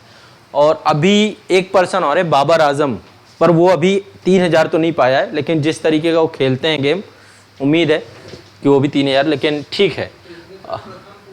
पहला विराट कोहली, इसका आंसर यही होगा। मैं आपको थोड़ा सा, क्रिकेट है आ जाता है तो थोड़ा बहुत चर्चा हो जाती है अतिरिक्त। ठीक है, तो इसका विराट कोहली होगा। इसके बाद है कोविड-19 टीकाकरण जून 2022 को पूर्णतः, ये आपका हर घर दस्तक अभियान, घर घर लगा के कोविड वैक्सीन, बूस्टर डोज, सारी डोज, है ना। तो हर घर दस्तक अभियान 2.0 प्रारंभ किया गया था आपका जून 2022 में कोविड-19 टीकाकरण के लिए। ठीक है, तो एक ये आपका 41 नंबर है। 42 नंबर है 30 जून 2022 को, इससे ज्यादा ड्रामेटिक कुछ हुआ नहीं था, है ना। अचानक से जो उद्धव ठाकरे जी थे, उन्होंने देखा कि सारे गायब, फिर गायब होकर ढूंढ रहे थे, पता चला फिर गुवाहाटी में निकले, फिर गुवाहाटी से आए तो मुख्यमंत्री बदल गए। तो मुख्यमंत्री 30 जून 2022 को महाराष्ट्र के नए मुख्यमंत्री एकनाथ शिंदे जी बने। चर्चा का विषय था, इसको तो गलत कर ही नहीं सकते थे। तो 42 का आपका बी सही होगा। ठीक है, करंट अफेयर देखो बहुत सिंपल आइए, देखो अगस्त तक का करंट अफेयर्स आया है आपका। ये कह रहा है भारत के, ये अभी मैंने इसमें लेटेस्ट मास्टर वीडियो में भी ये कवर कराया सारी चीजें। भारत के 75वें स्वतंत्रता दिवस के अवसर पर किसने हर घर तिरंगा अभियान चलाया? चुनाव आयोग तो नहीं कर सकता है काम, नीति आयोग भी नहीं कर सकता, भारतीय सेना ने, केंद्र सरकार संस्कृति मंत्रालय के द्वारा चलाया गया था। और संस्कृति मंत्रालय जो है, कभी भी आप देखते हैं जब कभी इसी तरीके के इवेंट होते हैं ना, तो इवेंट में आपको कभी भी मंत्रालयों की साइट पे जाइएगा, वहां पे आपको सर्टिफिकेट भी मिलता है। जैसे संविधान दिवस होगा तो संविधान दिवस में आपको संविधान की प्रियम्बल का सर्टिफिकेट मिलेगा पढ़ने का, वो देते हैं। कभी आप लोग ट्राई किए नहीं किए हैं तो सर्टिफिकेशन तो संस्कृति मंत्रालय के द्वारा तिरंगा फहराने पर भी सर्टिफिकेट प्रदान किए गए थे सभी को। उसमें डिजिटली तिरंगा फहराना था, मतलब जाना था, अपनी लोकेशन सर्च करना था और बोलना था कि मैंने तिरंगा फहरा दिया। अचानक से जिस लोकेशन में आप हैं वहाँ पे तिरंगा फहराने लग जाता और एक सर्टिफिकेट आपको मिलता। तो ये इस तरीके के इवेंट चलते रहते हैं और ये संस्कृति मंत्रालय के द्वारा आपका प्रारंभ किया गया था। ठीक है, चलिए अगला चलते हैं। करंट अफेयर्स देख रहे होंगे, बहुत सिंपल सी है। अगला कह रहा है कि केंद्र की नई शिक्षा नीति को लागू करने की प्रक्रिया शुरू करने वाला देश का पहला राज्य कौन सा है? तो इसका सही आंसर है उत्तराखंड। ठीक है, 44 का उत्तराखंड। ये भी करंट अफेयर्स में सिंपल सा क्वेश्चन है आपका। ठीक है, नेक्स्ट है इसमें भारतीय राज्यों के राज्यपालों के जोड़ों पर विचार करिए। कह रहा किसका जोड़ा सही है? तो राजस्थान के राज्यपाल सही हैं, कलराज मिश्र जी हैं। ठीक है, दूसरे नंबर पे हैं उत्तर प्रदेश की राज्यपाल आनंदीबेन पटेल सही हैं। सत्यपाल मलिक नहीं है। कौन है इस समय? मणिपुर के, पहले जगदीप धनखड़ जी थे, उपराष्ट्रपति बन गए, तो कौन बना है इस समय? LA गणेशवन जी हैं, जो कि मणिपुर के राज्यपाल हैं। उनको अतिरिक्त प्रभार दिया गया है पश्चिम बंगाल के राज्यपाल के तौर पे। तो ये वाला गलत है आपका। तीसरा आपका गुजरात के फागू चौहान नहीं है, बिहार के हैं, बिहार वाले। या फिर अभी आगे एक क्वेश्चन आएगा उसमें जो है मैच द फॉलोइंग में फागू चौहान दिए, तो ये बड़ा सिंपल सा था। गुजरात के अभी जो इस समय है देवव्रत जी हैं, आचार्य देवव्रत जो हैं गुजरात के राज्यपाल हैं। तो इसका जो अब देखो पर्सन इन न्यूज से क्वेश्चन ज्यादा दिख रहे होंगे करंट अफेयर्स में, तो ये आपका गलत हो जाएगा। तो इसका सही आंसर क्या होगा? 1 और 2, ए सही हो जाएगा। कौन सा सही है? ए सही है।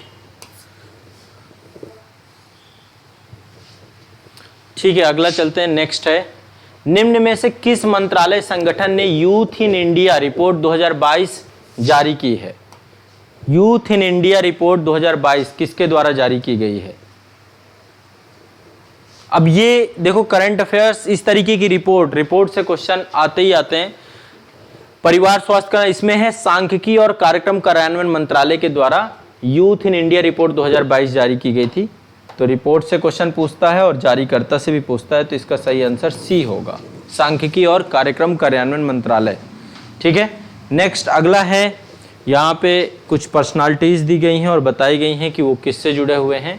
यहाँ पे बोला गया है श्रेया अग्रवाल हैं, रमिता हैं, किस खेल से संबंधित जुड़ी हुई हैं। तो इसका सही आंसर है आपका निशानेबाजी, शूटिंग से जुड़ी हुई हैं। ठीक है, इसका सही आंसर है शूटिंग, निशानेबाजी। ये भी चर्चा में थे। नेक्स्ट है अभी अल्पसंख्यक मामलों मंत्रालयों का प्रभार। अभी आपको पता है कि राज्यसभा में बहुत सारे लोगों का कार्यकाल समाप्त हुआ था, जिसमें पहले मुख्तार अब्बास नकवी जी थे, वो राज्यसभा के मेंबर थे। वो पहले आपके अल्पसंख्यक मंत्रालय के मंत्री भी थे। फिर जैसे ही उनका जो है कार्यकाल कंप्लीट हुआ तो अतिरिक्त प्रभार दिया गया है स्मृति ईरानी जी को। ठीक है, तो अतिरिक्त प्रभार किसे सौंपा गया? स्मृति ईरानी जी को। ठीक है, बहुत ये भी चर्चा का विषय था, खूब डिस्कशन में था। अगला क्वेश्चन आपका बहुत आसान है। देखो प्रेसिडेंट और वाइस प्रेसिडेंट चुनाव से दोनों से क्वेश्चन पूछा है। इस बार पूछा है भारत के 15वें राष्ट्रपति चुनाव के लिए संयुक्त प्रगतिशील गठबंधन यूपीए के उम्मीदवार कौन थे? सबको पता है यशवंत सिन्हा थे अपोजिशन में। तो ये क्वेश्चन भी आसान है। ठीक है, ए नंबर। ठीक है, इसके बाद अगला है अपने उपन्यास टूम ऑफ सैंड के लिए अंतरराष्ट्रीय बुकर पुरस्कार। ये पुरस्कार से क्वेश्चन है, पता है तो ये भी कर दोगे। गीतांजलि श्री को मिला था ये। ठीक है, ये हिंदी में है रेत समाधि, इसी का ही अनुवाद किया गया है टूम ऑफ द सैंड। देखो जो बुकर पुरस्कार होते हैं उनमें से मतलब आपका जो इंग्लिश में ही दिया जाता है, या तो इंग्लिश में अनुवादित पुस्तक हो या इंग्लिश में मूल रूप से कृति हो, तो इनके अनुवाद को मिला है टूम ऑफ सैंड को अंतरराष्ट्रीय बुकर पुरस्कार दिया गया है गीतांजलि श्री को। अगला है बिहार से किसे 2022 में दादा साहब फाल्के भारतीय टेलीविजन पुरस्कार से सम्मानित किया गया है? तो इसके लिए दूरदर्शन के लिए कार्यक्रम बहुत सारे इनके आते थे। दीप श्रेष्ठ इनका एक कार्यक्रम है, विरासत, बहुत ज़्यादा फेमस था वो, है ना। तो दीप श्रेष्ठ को जो है विरासत धारावाहिक आपका दूरदर्शन में आता है, उसमें जो है इनको दादा साहब फाल्के भारतीय टेलीविजन पुरस्कार 2022 से इनको सम्मानित किया। तो ये भी पुरस्कार से है। ठीक है। नेक्स्ट है आपका बिहार का, देखो इकोनॉमिक सर्वे। अब ये आपके फैक्चुअल क्वेश्चन होते हैं, ऐसे क्वेश्चंस आपको रटे होंगे तो आप कर पाओगे। हर साल इकोनॉमिक सर्वे से बिहार में भी पूछता है, हर स्टेट में पूछता है। हर स्टेट के हर स्टेट का बजट और इकोनॉमिक सर्वे आपको याद करना चाहिए, देखना चाहिए। तो कह रहा अब ये फैक्चुअल है, पता होगा तभी होगा। इसका सही आंसर आपका 11.6% है। ठीक है, कि राज्य में शहरीकरण का स्तर क्या है, 11.6%। अभी आपको पता है कि देखा जाए तो शहरीकरण की दृष्टि से बिहार अभी काफ़ी पीछे है। ठीक है, चलिए आगे चलते हैं। ये बिहार में खादी के ब्रांड एम्बेसडर, बहुत आसान सा, मनोज तिवारी जी हैं खादी के ब्रांड एम्बेसडर। ठीक है, अगला है सीता माता की विश्व की सबसे लंबी मूर्ति 551 मीटर का निर्माण बिहार के किस जिले में करवाया जा रहा है? ये भी आसान सा है, खूब चर्चा में है। ठीक है, आपको पता होगा कि सीता माँ का जन्म स्थान आपका सीतामढ़ी है, और यहाँ पर जो राजा जनक थे, ऐसा एक जो है जानकारी मिलती कि राजा जनक को जब वो हल जोत रहे थे तो सीता माँ जो है वहीं पर मिली थी, है ना, एक घड़े में, इस रूप में जो है बताया जाता है। हमेशा देखो पहले क्या होता था, राजा जो है जब पहली फसल की जुताई होती थी राजा के द्वारा की जाती थी, शुभ माना जाता था प्रतीकात्मक तौर पे। तो इसका 54 का आपका बी सही होगा। ठीक है, नेक्स्ट आगे चलते हैं। अगला ये मैच द फॉलोइंग, सिंपल सा क्वेश्चन आ गया। सिंपल सा है, लेकिन अब यदि इसमें पता होगा तो सिंपल सा है, नहीं पता होगा तो ये गड़बड़ा जाएगा। एक बार समझते हैं। ये मैंने मास्टर वीडियो में वैसे सारा कुछ बनाए थे, जितनी भी नियुक्तियां हुई थी, बिहार के मुख्य न्यायाधीश भी मैंने बताए थे, तो किया जा सकता है इसको। ठीक है, बिहार के राज्यपाल सबको पता है फागू चौहान जी हैं। ठीक है, बिहार के राज्यपाल फागू चौहान। बिहार के मुख्यमंत्री नीतीश कुमार जी हैं। अब देखिए, बिहार के मुख्य न्यायाधीश जी श्री संजय करोल जी हैं। मुख्य न्यायाधीश ये हैं, मुख्य निर्वाचन अधिकारी HR श्रीनिवास है। फैक्चुअल क्वेश्चन इसमें कुछ है नहीं, पता होगा तो कर ले जाओगे। तो यानी कि एक का 4 सही है, तो 1 का 4, B का 2 सही है, नहीं B का 3 सही है, तो इसका C सही होगा आंसर। इसका C सही है, 55 का C। ठीक है, नेक्स्ट है बिहार में ऑपरेशन प्रहार किससे संबंधित था? तो आपको पता ही है कि बिहार में शराबबंदी की गई थी, लेकिन प्रभावी तरीके से शराबबंदी नहीं हो रही थी, तो उसको लेकर के बिहार पुलिस के द्वारा ऑपरेशन प्रहार चलाया गया था। तो शराबबंदी से जुड़ा हुआ है आपका ऑपरेशन प्रहार। ठीक है, तो इस तरीके के पुलिस के जो विशेष अभियान होते हैं उससे भी जानकारी, बहुत फैक्चुअल है ये। नेक्स्ट है बिहार के ऋतिक आनंद ने ब्राजील में आयोजित 24वें समर डेफ बैडमिंटन ओलंपिक में भारत के लिए कौन सा पदक जीता? तो गोल्ड मेडल इनको मिला था। ठीक है, तो स्वर्ण पदक इसका सही है। ये भी खेल से जुड़ा हुआ क्वेश्चन है। ठीक है, बारीक से बारीक क्वेश्चन पूछता है इस समय। नेक्स्ट है हाल ही में बिहार में किस स्थान पर उत्तर भारत का पहला वर्ल्ड रिंगिंग स्टेशन खोला गया है? मतलब पक्षी जो है, पक्षियों को लेकर के, तो ये भागलपुर है इसका सही आंसर। ये भी करंट अफेयर्स है। ठीक है, इसका सही आंसर 58 का ये है। नेक्स्ट है निम्नलिखित में से किसे बिहार में गिद्ध संरक्षण योजना की शुरुआत की गई? मतलब कहां पर गिद्ध संरक्षण योजना की शुरुआत की गई? तो आपको पता है कि बिहार में एकमात्र ही राष्ट्रीय उद्यान है, कौन सा है? एक ही मात्र टाइगर रिजर्व भी है, एक नेशनल पार्क के तौर पे भी है, पश्चिमी चंपारण में पड़ता है ये, है ना। तो ये आपका इसका C आंसर सही है, वाल्मीकि टाइगर रिजर्व में ये प्रारंभ किया जा रहा है। अगला है सुनंदिनी कार्यक्रम किससे संबंधित है? तो आंगनवाड़ी कार्यकर्ताओं से जुड़ा हुआ है। ये भी आपका करंट अफेयर्स क्वेश्चन है 60 का। नेक्स्ट है अब आपके हिस्ट्री के क्वेश्चन। ठीक है, करंट अफेयर्स के अभी फिर आएंगे क्वेश्चन, अभी इतिहास से क्वेश्चन आपके शुरू होंगे। सिंपल क्वेश्चन है, सब मैंने पढ़ाए हैं, अब आपको सारे मिलते चले जाएंगे। प्रथम बौद्ध महासभा कहाँ आयोजित हुई है? कहाँ हुई है? राजगृह में। ठीक है, B ऑप्शन सही है इसका।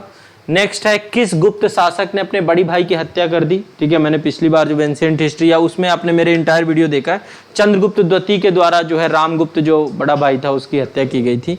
ठीक है, तो इसका C ऑप्शन सही होगा, 62 का C सही है आपका। ठीक है, बहुत सिंपल से। वर्धन राजवंश की स्थापना पुष्यभूति के द्वारा की गई, तो इसका 63 का A सही होगा।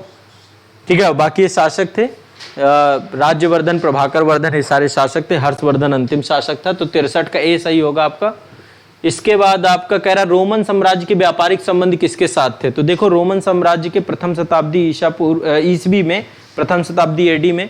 जो दक्षिण भारत में तमिलनाडु वाला क्षेत्र है, खासकर अरिकमेडु बंदरगाह आपका हो गया, जो पुदुचेरी जैसे हम आज बोलते हैं, इस क्षेत्र में चेरों का चेर साम्राज्य थे, चोल साम्राज्य थे, और जो आपके पल्लव साम्राज्य थे, मतलब उस समकालीन जो शासक थे आपका चोल चेल पांड्य शासक, उनके बीच में व्यापारिक संबंध थे। रोमन साम्राज्य के यहाँ से मसाले का व्यापार होता था, रेशमी वस्त्रों का व्यापार होता था, तो रेशम वैसे जो है बने हुए कपड़े भारत आते थे, यहाँ से मसाले वहां जाते थे। तो ओवरऑल इसका सही आंसर बी होगा, ठीक है, 64 का बी सही होगा। रोमन साम्राज्य के व्यापारिक संबंध थे चेर से, ठीक है। क्या आंसर नहीं दिया? कुषाण तो ऊपर थे, ये जलीय मार्ग से व्यापार हुआ, कुषाण तो थे ही नहीं, उनका तो समुद्र से कोई। तो जब अब ये तो सिंपल सा, आप रोमन साम्राज्य का पूरा जलीय मार्ग के द्वारा पूरा का पूरा व्यापारिक संबंध स्थापित हुआ है, ठीक है। और जब आप पढ़ोगे प्लिनी के द्वारा, एक राइटर इतिहासकार है प्लिनी, ठीक है, नेचुरल हिस्ट्री उसने बुक लिखी है, उस पुस्तक में स्पष्ट है कि रोमन साम्राज्य के जो शासकों के द्वारा, भारत में स्वर्ण मुद्राएं बहुत सारी पाई गई हैं दक्षिण भारत में, तो वहां पर जो शासनकाल है वो आपका चोर चेल पांड्यों का, उन्हीं का शासनकाल है। कुषाण इसमें नहीं होगा आंसर सही।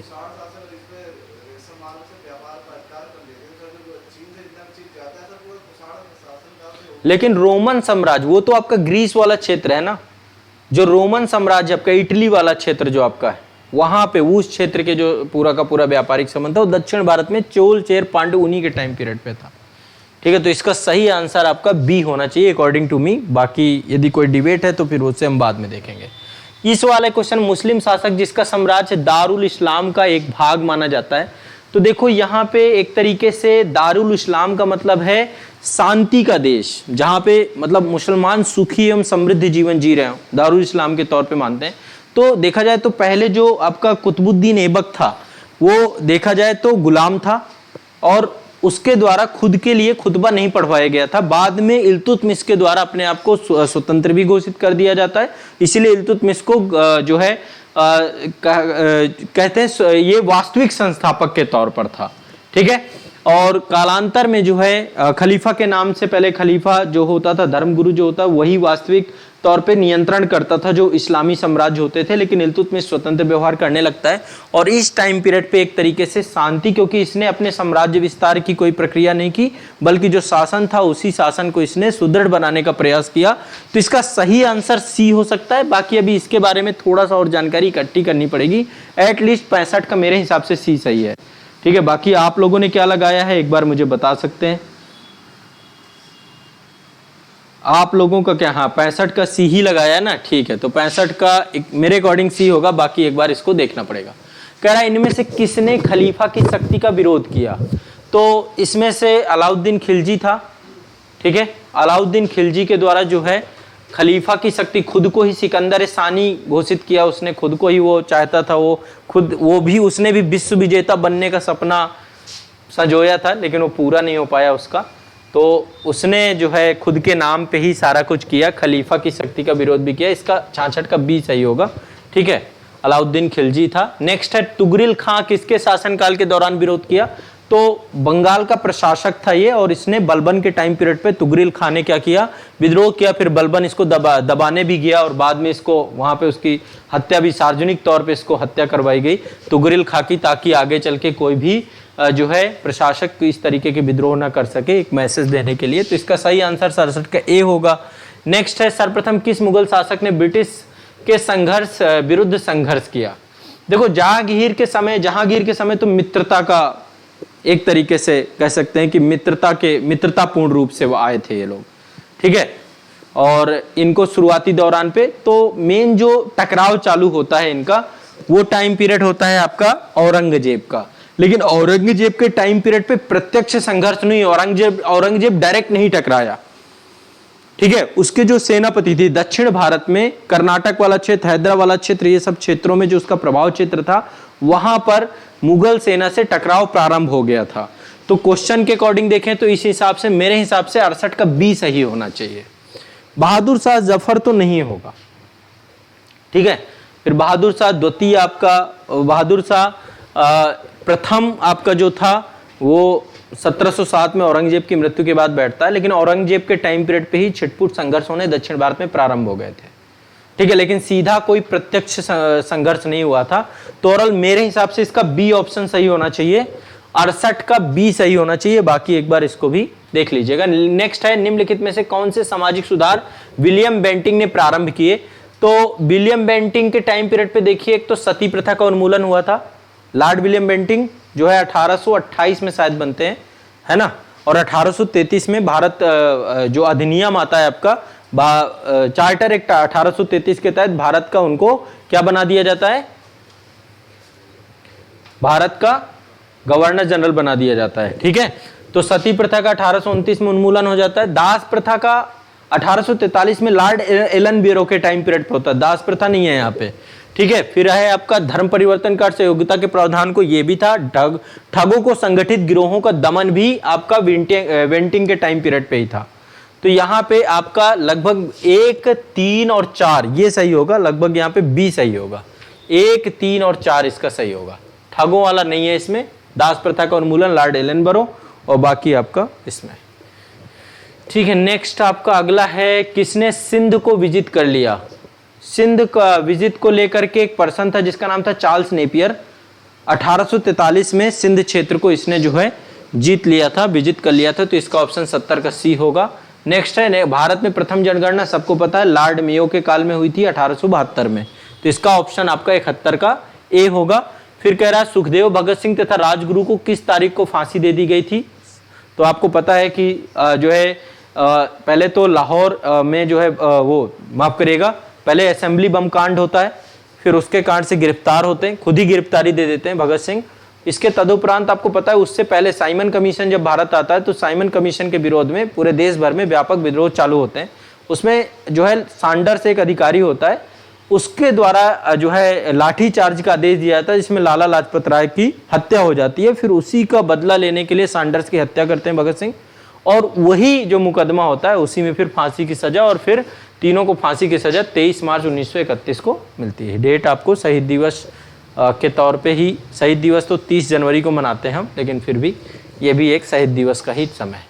नेक्स्ट है 73वां, महात्मा गांधी द्वारा 1940 में प्रारंभ किए गए व्यक्तिगत सत्याग्रह के तीसरे सत्याग्रही कौन थे? तीसरा, पहला दूसरा पता है, तीसरा पूछ लिया।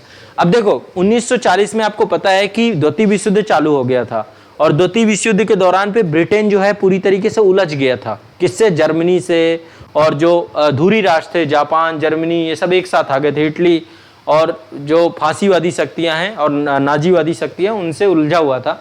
तो महात्मा गांधी ने कहा कि जब दुश्मन जो है कष्ट में हो, दुख में हो, पीड़ा में हो, तो संगठित विरोध नहीं करना चाहिए। तो व्यक्तिगत सत्याग्रह प्रारंभ किया गया था। इसको दिल्ली चलो आंदोलन भी कहते हैं। 1940 में पहले सत्याग्रही विनोबा भावे थे, दूसरे राजेंद्र प्रसाद थे, तीसरे ब्रह्मदत्त थे। तो इसका सही आंसर क्या होगा आपका? ब्रह्मदत्त।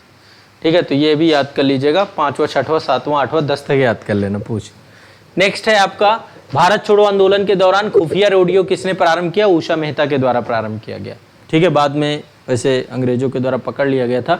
मगध साम्राज्य के बिंबिसार का चिकित्सक कौन था? पूछ लिया है। ठीक है, तो जीवा का आपने सबने पढ़ा ही है। नेक्स्ट है, बिहार में तुर्क सत्ता का वास्तविक संस्थापक कौन था? पता है, एक खूंखार दरिंदा भारत घुसाया था। ठीक है, तो जौनपुर के शासक का एक तरीके से सेनापति था ये, जो वहाँ पे जौनपुर में शासक थे। बख्तियार खिलजी नाम था उसका। बख्तियार खिलजी सेनापति था, और बख्तियार खिलजी के द्वारा जो है क्या किया गया है, पूरा जो बंगाल बिहार अभियान चलाया गया, और उसमें पूरे जितने भी नालंदा विश्वविद्यालय, बोध गया महाविहार हो गया, उदंतपुरी, सबको जो है तहस नहस कर दिया गया। और यहाँ पे तो इसका सही आंसर बी होगा, 76 का। ठीक है, नेक्स्ट है, बिहार के प्रथम भारतीय गवर्नर कौन थे? ठीक है, तो 1919 का अधिनियम जो आपका पारित हुआ था, मॉन्टेस्क्यू चेम्सफोर्ड सुधार बोलते हैं ना, तो उस अधिनियम के बाद जो है प्रांतीय क्षेत्रों को स्वायत्तता दी गई, द्वैध शासन लगाया गया था, आपको पता होगा। वैसे में जो है बिहार के प्रथम भारतीय गवर्नर बनाए गए थे, सत्येंद्र प्रसन्न सिन्हा को बनाया गया था। ठीक है, तो इसका ऑप्शन ए सही होगा।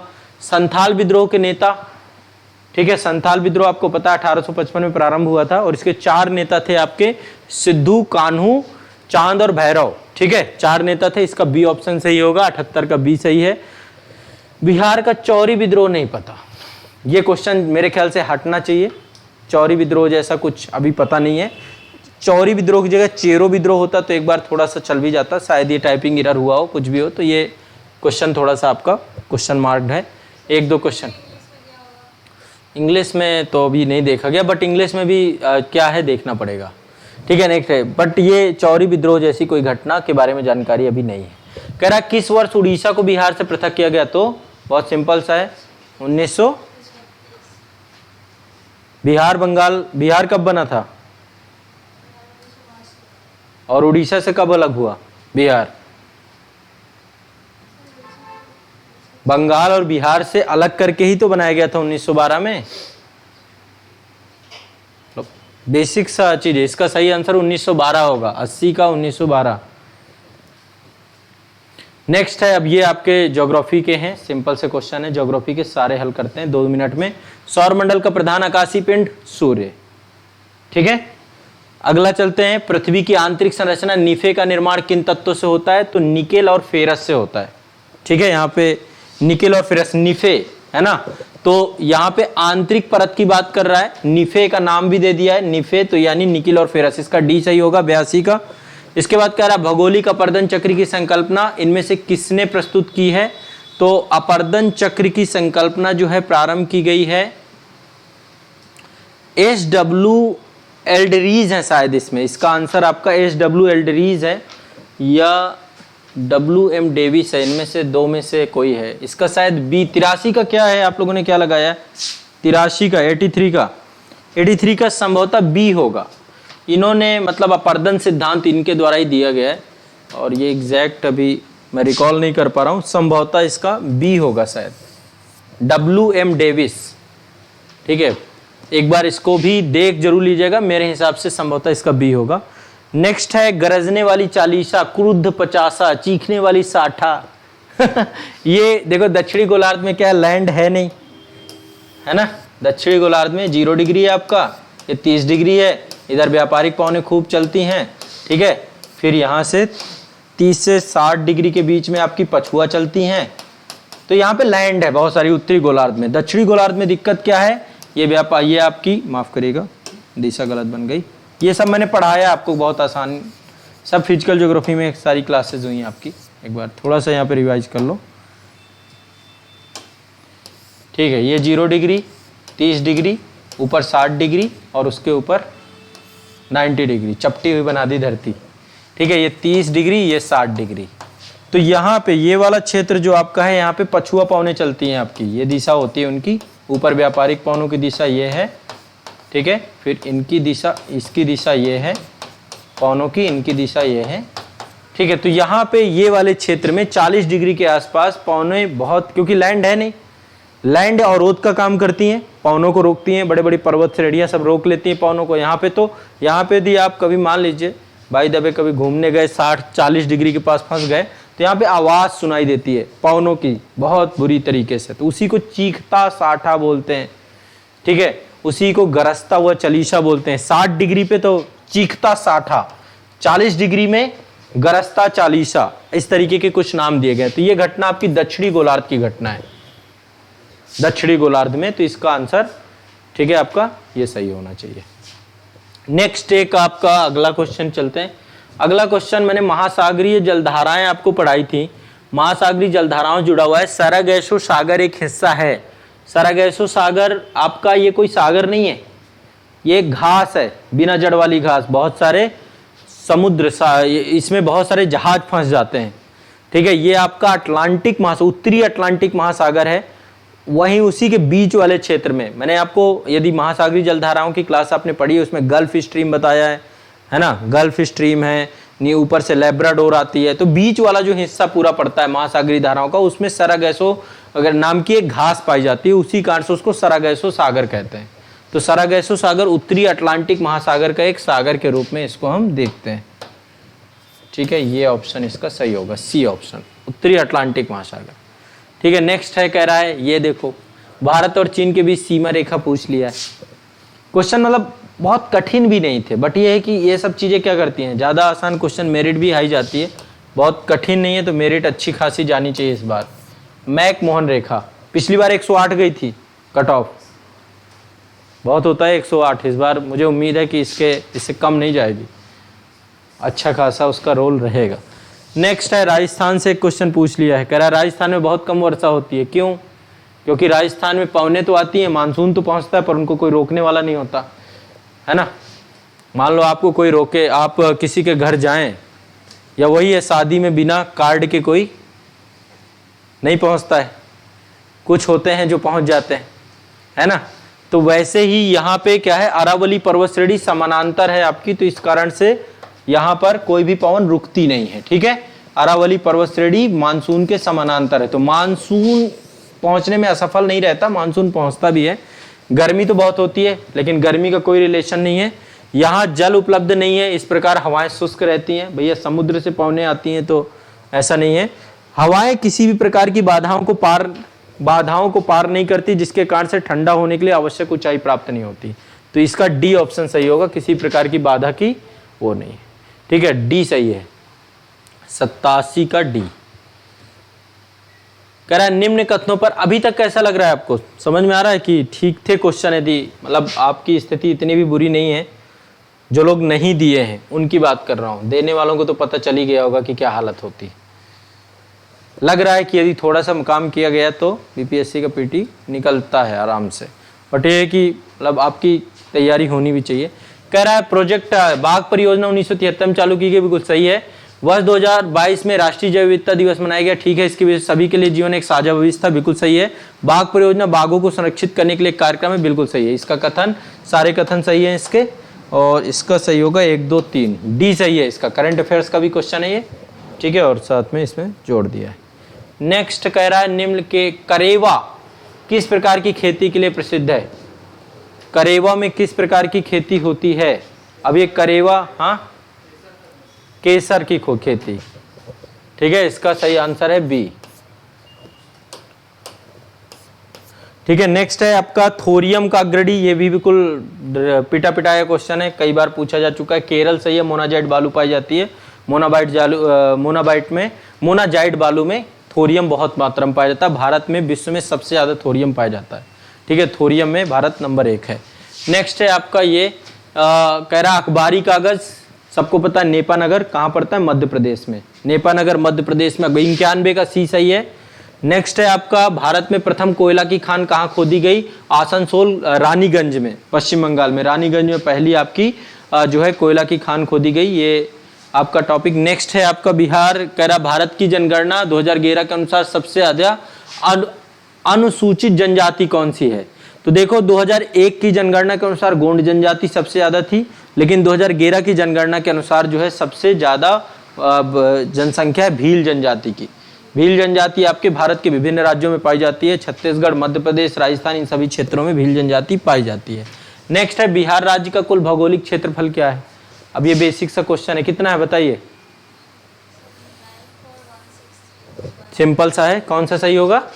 सी, 94 का सी। तो ये भी देखो आसान सा क्वेश्चन था।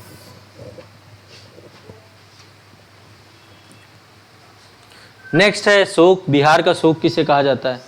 ठीक है, कोसी नदी को सबको जानते हैं। बिहार में किस जिले में तेल्हाड़ कुंड जलप्रपात है? ठीक है, तेल्हाड़ कुंड जलप्रपात किस जिले में अवस्थित है? यहाँ पे बताएं।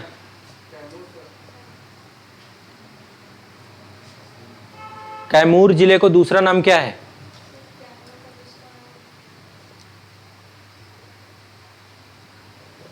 भभुआ जिला या कैमूर क्षेत्र जो है आपका, इस क्षेत्र में आपका बिहार के जो है तेल्हाड़ कुंड जलप्रपात यहाँ पर अवस्थित है। नेक्स्ट है एशिया की सबसे बड़ी ताजा जल वाली गोखुर झील कहाँ पे अवस्थित है? तो ये आपकी है कनवार झील। एशिया की सबसे बड़ी ताजा जल वाली गोखुर झील है आपकी कनवार झील, इसका 97 का सही है आपका बी नंबर। इसके बाद नेक्स्ट चलते हैं, अगला है आपका बिहार के किस जिले में सबसे अधिक सोने के भंडार हैं? बताइए भाई, सोना कहाँ पाया जाता है? बहुत सिंपल सा क्वेश्चन है ये, ठीक है। जमुई में लगभग 40% से ज़्यादा मतलब यहाँ पे निक्षेप है, जमुई में पाया जाता है। नेक्स्ट है बिहार के किस जिले में सिल्क सिटी के नाम से जाना जाता है? किस जिलों को सिल्क सिटी के रूप में अभी विकसित भी किया जा रहा है? भागलपुर को, इसका सही आंसर है भागलपुर। तो ये बिहार स्पेशल से क्वेश्चन है आपके, सिंपल क्वेश्चन है, बहुत कठिन नहीं है। ये थोड़ा सा आपका सेंसस से, भारत की जनगणना 2011 के अनुसार बिहार में महिला साक्षरता दर क्या थी? तो महिला, देखो टोटल साक्षरता दर कितनी है बिहार की? टोटल है लगभग 61.8% के आसपास टोटल है आपकी, 61.8 2011 की जनगणना के अनुसार, जिनमें से 51.5% आपकी महिला साक्षरता है। फैक्चुअल क्वेश्चन है, पता होगा तो करोगे, नहीं तो गलत ही होना है, दूसरा कोई विकल्प नहीं है। अगला उपराष्ट्रपति से क्वेश्चन पूछा है, करंट अफेयर्स देखो फिर से आ गया। भारत के 16वें उपराष्ट्रपति चुनाव के लिए निर्वाचक मंडल में कितने सदस्य थे? तो देखिए आपको पता है कि उपराष्ट्रपति का निर्वाचक मंडल किससे बनता है? लोकसभा और राज्यसभा के सभी सदस्यों से, जितने भी होंगे, ठीक है। तो टोटल इस बार जब उपराष्ट्रपति के चुनाव थे तो उसमें 788 सदस्यों के द्वारा, ठीक है, तो निर्वाचक मंडल में टोटल 788 मेंबर थे आपके। तो ये करंट अफेयर्स से था, उपराष्ट्रपति के टॉपिक से। नेक्स्ट है, कह रहे हैं भारत का राष्ट्रपति कितनी भी बार चुनाव लड़ सकता है? तो अमेरिका में राष्ट्रपति 2 बार से ज्यादा चुनाव नहीं लड़ सकता। भारत का राष्ट्रपति कितनी भी बार चुनाव लड़ सकता है? ठीक है, कितनी भी बार, 2 बार, 3 बार, 4 बार, कोई ऐसी लिमिट हमारे संविधान के द्वारा नहीं दी गई। तो पॉलिटी के क्वेश्चन देखो आपके आसानी से निकल जाएंगे।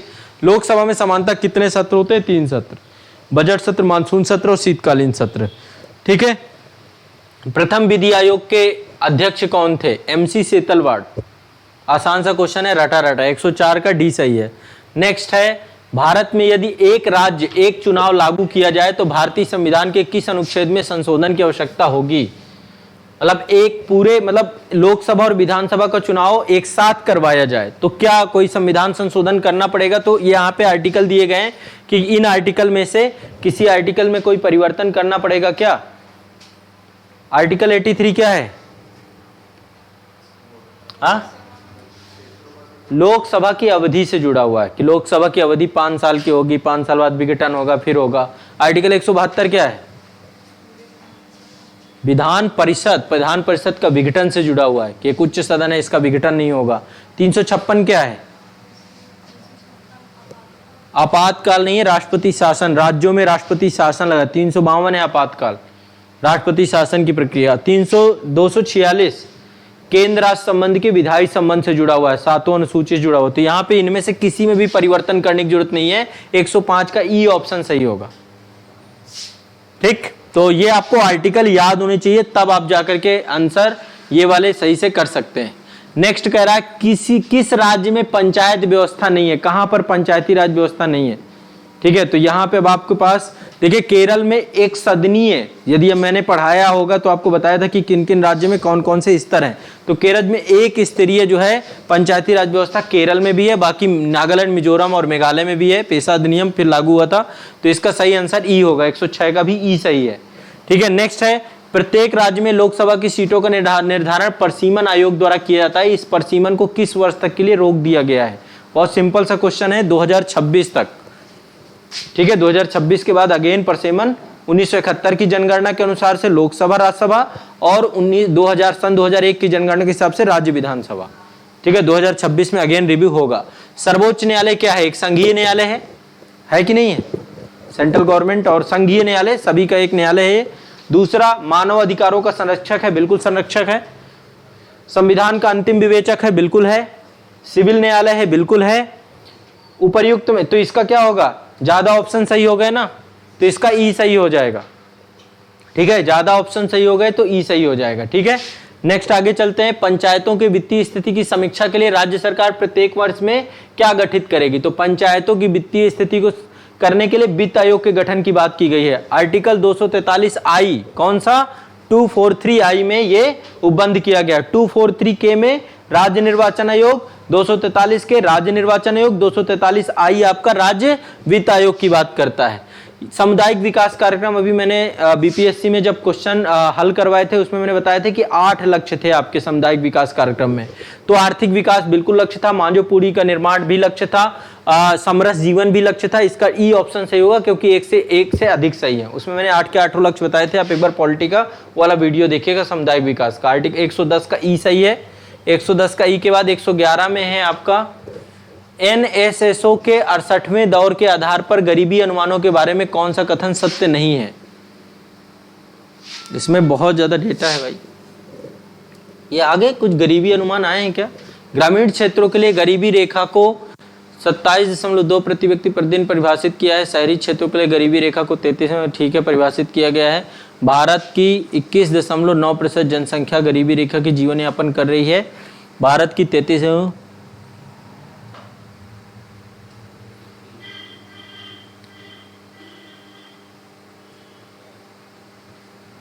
ये वाला क्वेश्चन का आंसर क्या लगाया भाई ऑनलाइन वाले जितने भी हैं? 111 में क्या लगाया आप लोगों ने? 111 में ये थोड़ा सा मुझे समझ में नहीं आ रहा है, डिबेटफुल, क्योंकि फैक्ट इसमें डेटा जो आपका दिया है ना, पहले यहाँ पे लिखा है ठीक है गरीबी रेखा में 21.9% जनसंख्या थोड़ा ना है, सत्य नहीं है इसका। भारत की 21.9% जनसंख्या गरीबी रेखा से नीचे जीवन यापन कर रही थी। नहीं गलत होगा ये। भारत में 33.35% जनसंख्या गरीबी रेखा से नीचे। देखो अब इस वाले का 111 को भी छोड़ दो, ठीक है, इसका भी देखते हैं क्या होगा। मैं इसका आंसर आपको बता दूंगा, एक बार देखना पड़ेगा क्योंकि डेटा है, फैक्चुअल है। नेक्स्ट कह रहा है कि निम्नलिखित में से कौन सा भारत में सूक्ष्म उद्यम के आंशिक रूप से परिभाषित करता है? आंशिक रूप से तो अब देखिए आधार जो बना दिया गया, पहले तो एक सीमा बनाई गई थी, अब सर्विस सेक्टर और जो आपका सर्विस सेक्टर के साथ साथ उद्योग क्षेत्र है दोनों को मर्ज कर दिया गया है। पहले अलग अलग सीमा होती थी, ठीक है। तो अब यहाँ पे रखा गया है कि सूक्ष्म उद्यम के लिए आंशिक तौर पे संयंत्र और मशीनरी या उपकरणों में से 1 करोड़ से अधिक का निवेश नहीं होगा, ठीक है। वार्षिक टर्नओवर 15 करोड़ से अधिक ये नहीं है। आपका संयंत्र और मशीनरी में 1.5 करोड़ से अधिक निवेश नहीं होगा। वार्षिक में 5 करोड़ से अधिक नहीं होगा। उपयुक्त में इसका ए सही है ऑप्शन आपका। आंशिक रूप से आपका ए है कि संयंत्र और मशीनरी उपकरणों में 1 करोड़ से अधिक का निवेश नहीं होगा, तो सूक्ष्म उद्यम के तौर पे आपका ये माने जाएंगे। इसको लेकर मैंने अलग से मतलब जो क्लास मैंने करवाई है उद्योग वाली इकोनॉमी की क्लास, उसमें आपको डिटेल से मैंने सबके बनवा दिए हैं, उसको एक बार देख लेना, तो उससे आपको सूक्ष्म मध्यम और लघु तीनों का आपको पता चल जाएगा। नेक्स्ट है प्रधानमंत्री कृषि सिंचाई योजना के बारे में कौन सा कथन गलत है? जल निकायों की मरम्मत और नवीनीकरण करवाना है, कुओं का निर्माण नहीं था उसमें, जलाभृतों का पुनर्भरण में वृद्धि, वर्षा संचरण संरचनाओं का निर्माण। तो इसका बी ऑप्शन जो है आपका क्या होगा? गलत होगा। कुओं का निर्माण को लेकर के सिंचाई योजना में कोई भी बात नहीं की गई। 113 का बी सही होगा। इसके बाद है आपका नेक्स्ट है भंडारी समिति किससे जुड़ी हुई है? भंडारी समिति 114 ऑनलाइन वाले, भंडारी समिति किससे जुड़ी हुई है? 114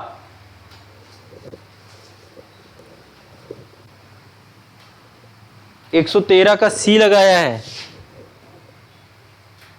नहीं 113 का बी होगा बेटा, सी नहीं होना चाहिए। 114 का आपका इसका है क्षेत्रीय ग्रामीण बैंकों की पुनर्संरचना से जुड़ी हुई है, बैंकिंग सेक्टर से है ये, मैंने बैंकिंग वाली क्लास में आपको ये मैंने लिखवाई है, ठीक है। तो 114 का डी होना चाहिए आपका, जहां तक संभवतः क्षेत्रीय ग्रामीण बैंकों की पुनर्संरचना से जुड़ी हुई ये आपकी कमेटी है। नेक्स्ट है राष्ट्रीय पेंशन योजना 115। ये देखो ये इस तरीके के क्वेश्चन, ये यूपीएससी लेवल का क्वेश्चन है। राष्ट्रीय पेंशन योजना एनपीएस स्कीम, अब आपको पता है कि सरकार के द्वारा जो है जो सेवानिवृत्ति के लिए पूरा का पूरा एनपीएस के ऊपर दे दिया गया है। तो लिखा हुआ है एनपीएस को पेंशन फंड नियामक और विकास प्राधिकरण द्वारा विनियमित किया जाता है, बिल्कुल सही है आपका, ठीक है। दूसरा कह रहा है एनपीएस भारत सरकार द्वारा शुरू की गई सेवानिवृत्ति लाभ योजना है जो भारत के सभी नागरिकों को नियमित आय की सुविधा प्रदान करती है, ये कथन भी आपका सही लग रहा है। एनपीएस को इरडा द्वारा विनियमित किया जाता है, नहीं, इसको विनियमित किया जाता है पेंशन फंड और विकास प्राधिकरण द्वारा विनियमित किया जाता है। और एनपीएस को सेबी द्वारा विनियमित किया जाता है, ये कथन भी आपका गलत है। तो सी और डी तो गलत है इसमें। 115 बताइए, 115 में क्या लगाया आप लोगों ने? 115 एक बार बताइए सभी लोग। 115 में क्या लगा? मेरे हिसाब से इसका ई सही होगा, क्योंकि बी भी सही है, इसका ए भी सही है, तो इस हिसाब से बी सही हो जाएगा। और इसका ई 115 का ई सही होना चाहिए संभवतः, 115 का ई, तो इसको एक बार देख लीजिएगा आप लोग, ठीक है। नेक्स्ट कह रहा है निम्नलिखित में कौन सा भारत के बजट 2022-23 की प्राथमिकताओं में सम्मिलित नहीं था? मैंने आपको बजट और इकोनॉमिक सर्वे करवाया था इस बार का, उसमें मैंने बताया था कि इस कार का बजट में 4 महत्वपूर्ण चीजें हैं। उन 4 महत्वपूर्ण चीजों में पीएम गति शक्ति थी, समावेशी विकास भी था, उत्पादकता संवर्धन, निवेश और उदीयमान अवसर भी था, और ये वाला हिस्सा नहीं था आपका, विनिवेश नहीं था, ठीक है। तो इसका डी ऑप्शन सही होगा। कौन सा सम्मिलित नहीं था? डी इसमें सम्मिलित नहीं था, विनिवेश, ठीक ठीक है, तो ये आप देखना, बजट में मैंने शुरुआत में ही ये सारे टॉपिक करवाए। 2021-22 में भारत में टैक्स जीडीपी अनुपात क्या था। अब ये देखो क्वेश्चन इस तरीके के, यदि आपको पता है, डेटा वाला क्वेश्चन है ये, आपको डेटा जो भी आती है रिपोर्ट वो सारी पढ़ते रहना। ये इकोनॉमिक सर्वे में आपको चीजें मिलती, इकोनॉमिक सर्वे से क्वेश्चन पूछा गया भारत में टैक्स जीडीपी अनुपात क्या है, तो टैक्स जीडीपी अनुपात है 11.7% के आसपास टैक्स जीडीपी अनुपात है। इसका ऑप्शन आपका 117 का बी सही है। ठीक है, तो ये कठिन क्वेश्चन है और इसमें बस यही है कि माइनस मार्किंग नहीं है तो तुक्का लगाया जा सकता है, नहीं तो छोड़ देते। अगला है आपका वस्तु वर्गीकरण। अब ये क्वेश्चन भी देखिए, ये भी आपका पूरी तरीके से फैक्चुअल है। इकोनॉमी के जितने भी क्वेश्चन आए हैं ज्यादातर आपके डेटा पूछे गए हैं। वस्तु वर्गीकरण और समूहों के अनुसार विश्वव्यापी निर्यातों में भारत का हिस्सा वर्ष 2018 में कितना था, तो एक तरीके से कह रहा है कि निर्यात की बात कर रहा है। ठीक है, विश्वव्यापी निर्यात में भारत का हिस्सा जो था आपका 1.7% था। ठीक है, तो ये भी आपका 2018 वर्ष 2018 मतलब पुराना डेटा है, लेकिन एटलीस्ट आपको यदि जानकारी है, रिपोर्ट आती रहती है, यदि आप पढ़ते हैं तो आप इसको कर पाएंगे, अन्यथा ये गलत हो जाएगा। अगला कह रहा है चतुर्थ अग्रिम अनुमान के अनुसार 2021-22 में भारत के गेहूं का कुल उत्पादन कितना था। तो ये डेटा भी आपको मतलब पुराना डेटा है, ये भी 2020-21 का डेटा है और चतुर्थ अग्रिम के हिसाब से 109.5 मिलियन टन आपका जो है आपका कुल उत्पादन हुआ था गेहूं का। लेकिन अब ये डेटा आपको याद होता तो आप इसे कर पाते। नेक्स्ट है जीवंत ग्राम कार्यक्रम। तो अब आप समझ सकते हो कि डेटा जो भी आते हैं आपको पता होना चाहिए, जानकारी होगी तभी कर पाओगे। जीवंत ग्राम कार्यक्रम के संबंध में सही कथन क्या है। बिहार में सड़क संपर्क के विकास के लिए नहीं, भारत के महाराष्ट्र राज्य के लिए बिल्कुल नहीं, ये इसकी शुरुआत वर्ष 2017 में नहीं, यह उत्तरी सीमा पर सीमावर्ती गांवों के विकास के लिए। जीवंत ग्राम योजना आपकी उत्तरी सीमा पर सीमावर्ती गांवों के विकास के लिए प्रारंभ की गई। इसका डी सही होगा, 120 का डी सही है। ठीक है, नेक्स्ट है आपका इकोनॉमिक सर्वे, बिहार से क्वेश्चन है आपका। ठीक है, तो देखो बिहार वाले हों या भारत वाले हों, सबको इकोनॉमिक सर्वे और बजट बिल्कुल रट लेना है। 3-4 क्वेश्चन तो कहीं नहीं जाते, हर बार आपके यूपीएससी में भी पूछे जाते हैं, आपकी स्टेट पीएससी में भी पूछे जाते हैं। कह रहा है बिहार के आर्थिक सर्वेक्षण 2021-22 के अनुसार गलत कथन को चुनिए। गलत कथन यहाँ पे बोल रहा है, कह रहा है बिहार में प्राथमिक क्षेत्र में 2.3% की दर से वृद्धि हुई। डेटा है, पता होगा तो सही है ये। बिहार के द्वितीय क्षेत्र में 4.8% की दर से वृद्धि हुई, ये भी सही है। बिहार में तृतीय क्षेत्र में 8.5% की उच्चतम वृद्धि दर बढ़ा है। फिर कह रहा बिहार में प्राथमिक क्षेत्र में 2.3% की दर से वृद्धि हुई। देखो ये वाला कथन देखो, ए नंबर और डी नंबर सेम नहीं है। ये कथन यदि सही है, अब ये पता होने के ऊपर है, तो ये आपका गलत हो जाएगा, इसका ऑप्शन डी हो जाएगा। ये कितना होगा 2.3%। सेम कथन है बस डेटा अलग अलग लिखा हुआ है। ठीक है, अब जानकारी के ऊपर था ये, तो ये आपका हो जाना चाहिए था। ठीक है, चलिए अगला कह रहा है कि ये वाला थोड़ा सा मुझे बताना, क्योंकि मुझे इसके बारे में थोड़ा जानकारी नहीं है। शहरीकरण के बढ़ते स्तर के अनुसार बिहार के निम्न जिलों का सही अनुक्रम क्या है। शहरीकरण, सबसे ज्यादा शहरीकरण कहाँ पे है आपका, सबसे ज्यादा पटना में होगा। अब इसमें से लास्ट में पटना एक यहाँ पे है और इसके बाद तो इसका लगभग पटना सबसे लास्ट में होना चाहिए। पटना में सबसे ज्यादा शहरीकरण है आपका, तो नालंदा, मुंगेर, पटना, ये पहला वाला ऑप्शन इसका लगभग सही होना चाहिए। ठीक है, ए वाला ऑप्शन इसका सही होगा संभवतः। ठीक है, नेक्स्ट चलते हैं।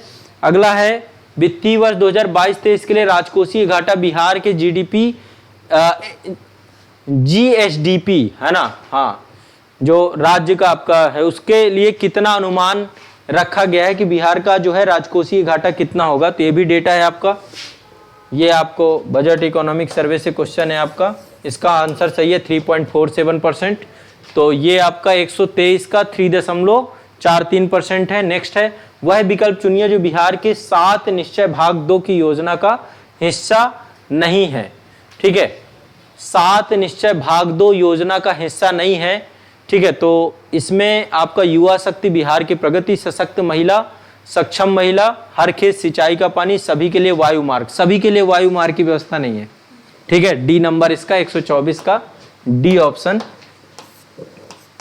होगा। इस ये वाली सुविधा मिल जाए तो फिर बिहार के युवा जो है बेचारे किस तकलीफ से गुजरते हैं। कल का आप दर्द विदारक फोटो देख लेते कैसे ट्रेनें भरी जा रही हैं खचाखच, कैसे बिहार में ट्रांसपोर्ट, रोड पे, सड़कों पे सब युवा पड़े हुए हैं, बहुत बुरी कंडीशन होती है। यूपी बिहार में जब भी चुनाव होता है तो चुनाव से ज़्यादा भीड़ एग्ज़ाम में होती है, जब कभी परीक्षा होता है तब स्थिति, और खासकर प्रारंभिक परीक्षा में तो हालत ख़राब ही हो जाती है।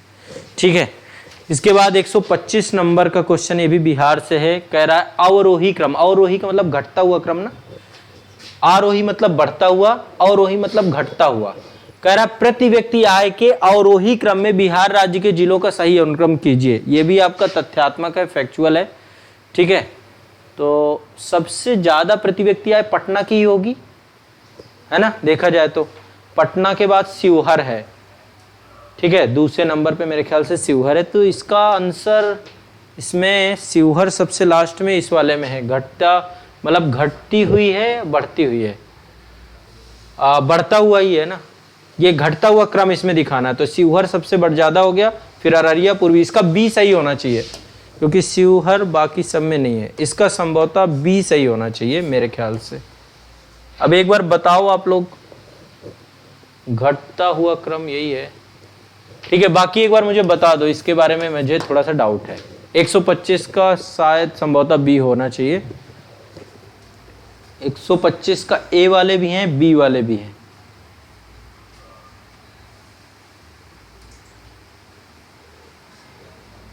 शिवहर का सबसे कम है, तो इस हिसाब से फिर ए सही हो जाएगा ना। चलो इसका एक बार आप देख लो, ए या बी में से कोई भी होगा, थोड़ा सा मैं कंफ्यूज्ड हूं, इसका आप लोगों को देख लेना है। ए नेक्स्ट है, ये आपको सबको पता है, सीमांत गांधी, फ्रंटियर गांधी खान अब्दुल गफ्फार खान थे आपके। ठीक है, खान अब्दुल गफ्फार खान। झांसी की रानी की मृत्यु कहां पर हुई थी? ग्वालियर में हुई थी। ठीक है, इसका ऑप्शन बी सही है। 127 का बहुत फैक्चुअल क्वेश्चन है। ठीक है, नेक्स्ट है, बंगाल विभाजन के विषय में किसने कहा था कि विभाजन हमारे ऊपर बम की तरह गिरा है? सुरेंद्र नाथ बनर्जी का कथन है ये। ठीक है, ये भी सिंपल सा है, मतलब इस तरीके के कथन जो महापुरुषों ने किसी चीज के लिए बोला है वो भी आपको चीजों को याद रखना चाहिए। ठीक है, चलते नेक्स्ट 128 तक आ गए। सरदार ऊधम सिंह जी ने किसको मारा था? तो आपको पता है माइकल ओ डायर को इन्होंने मारा था ब्रिटेन जा करके, फिर वहां पे इनको फांसी की सजा भी हुई थी, तो इसका सी सही है।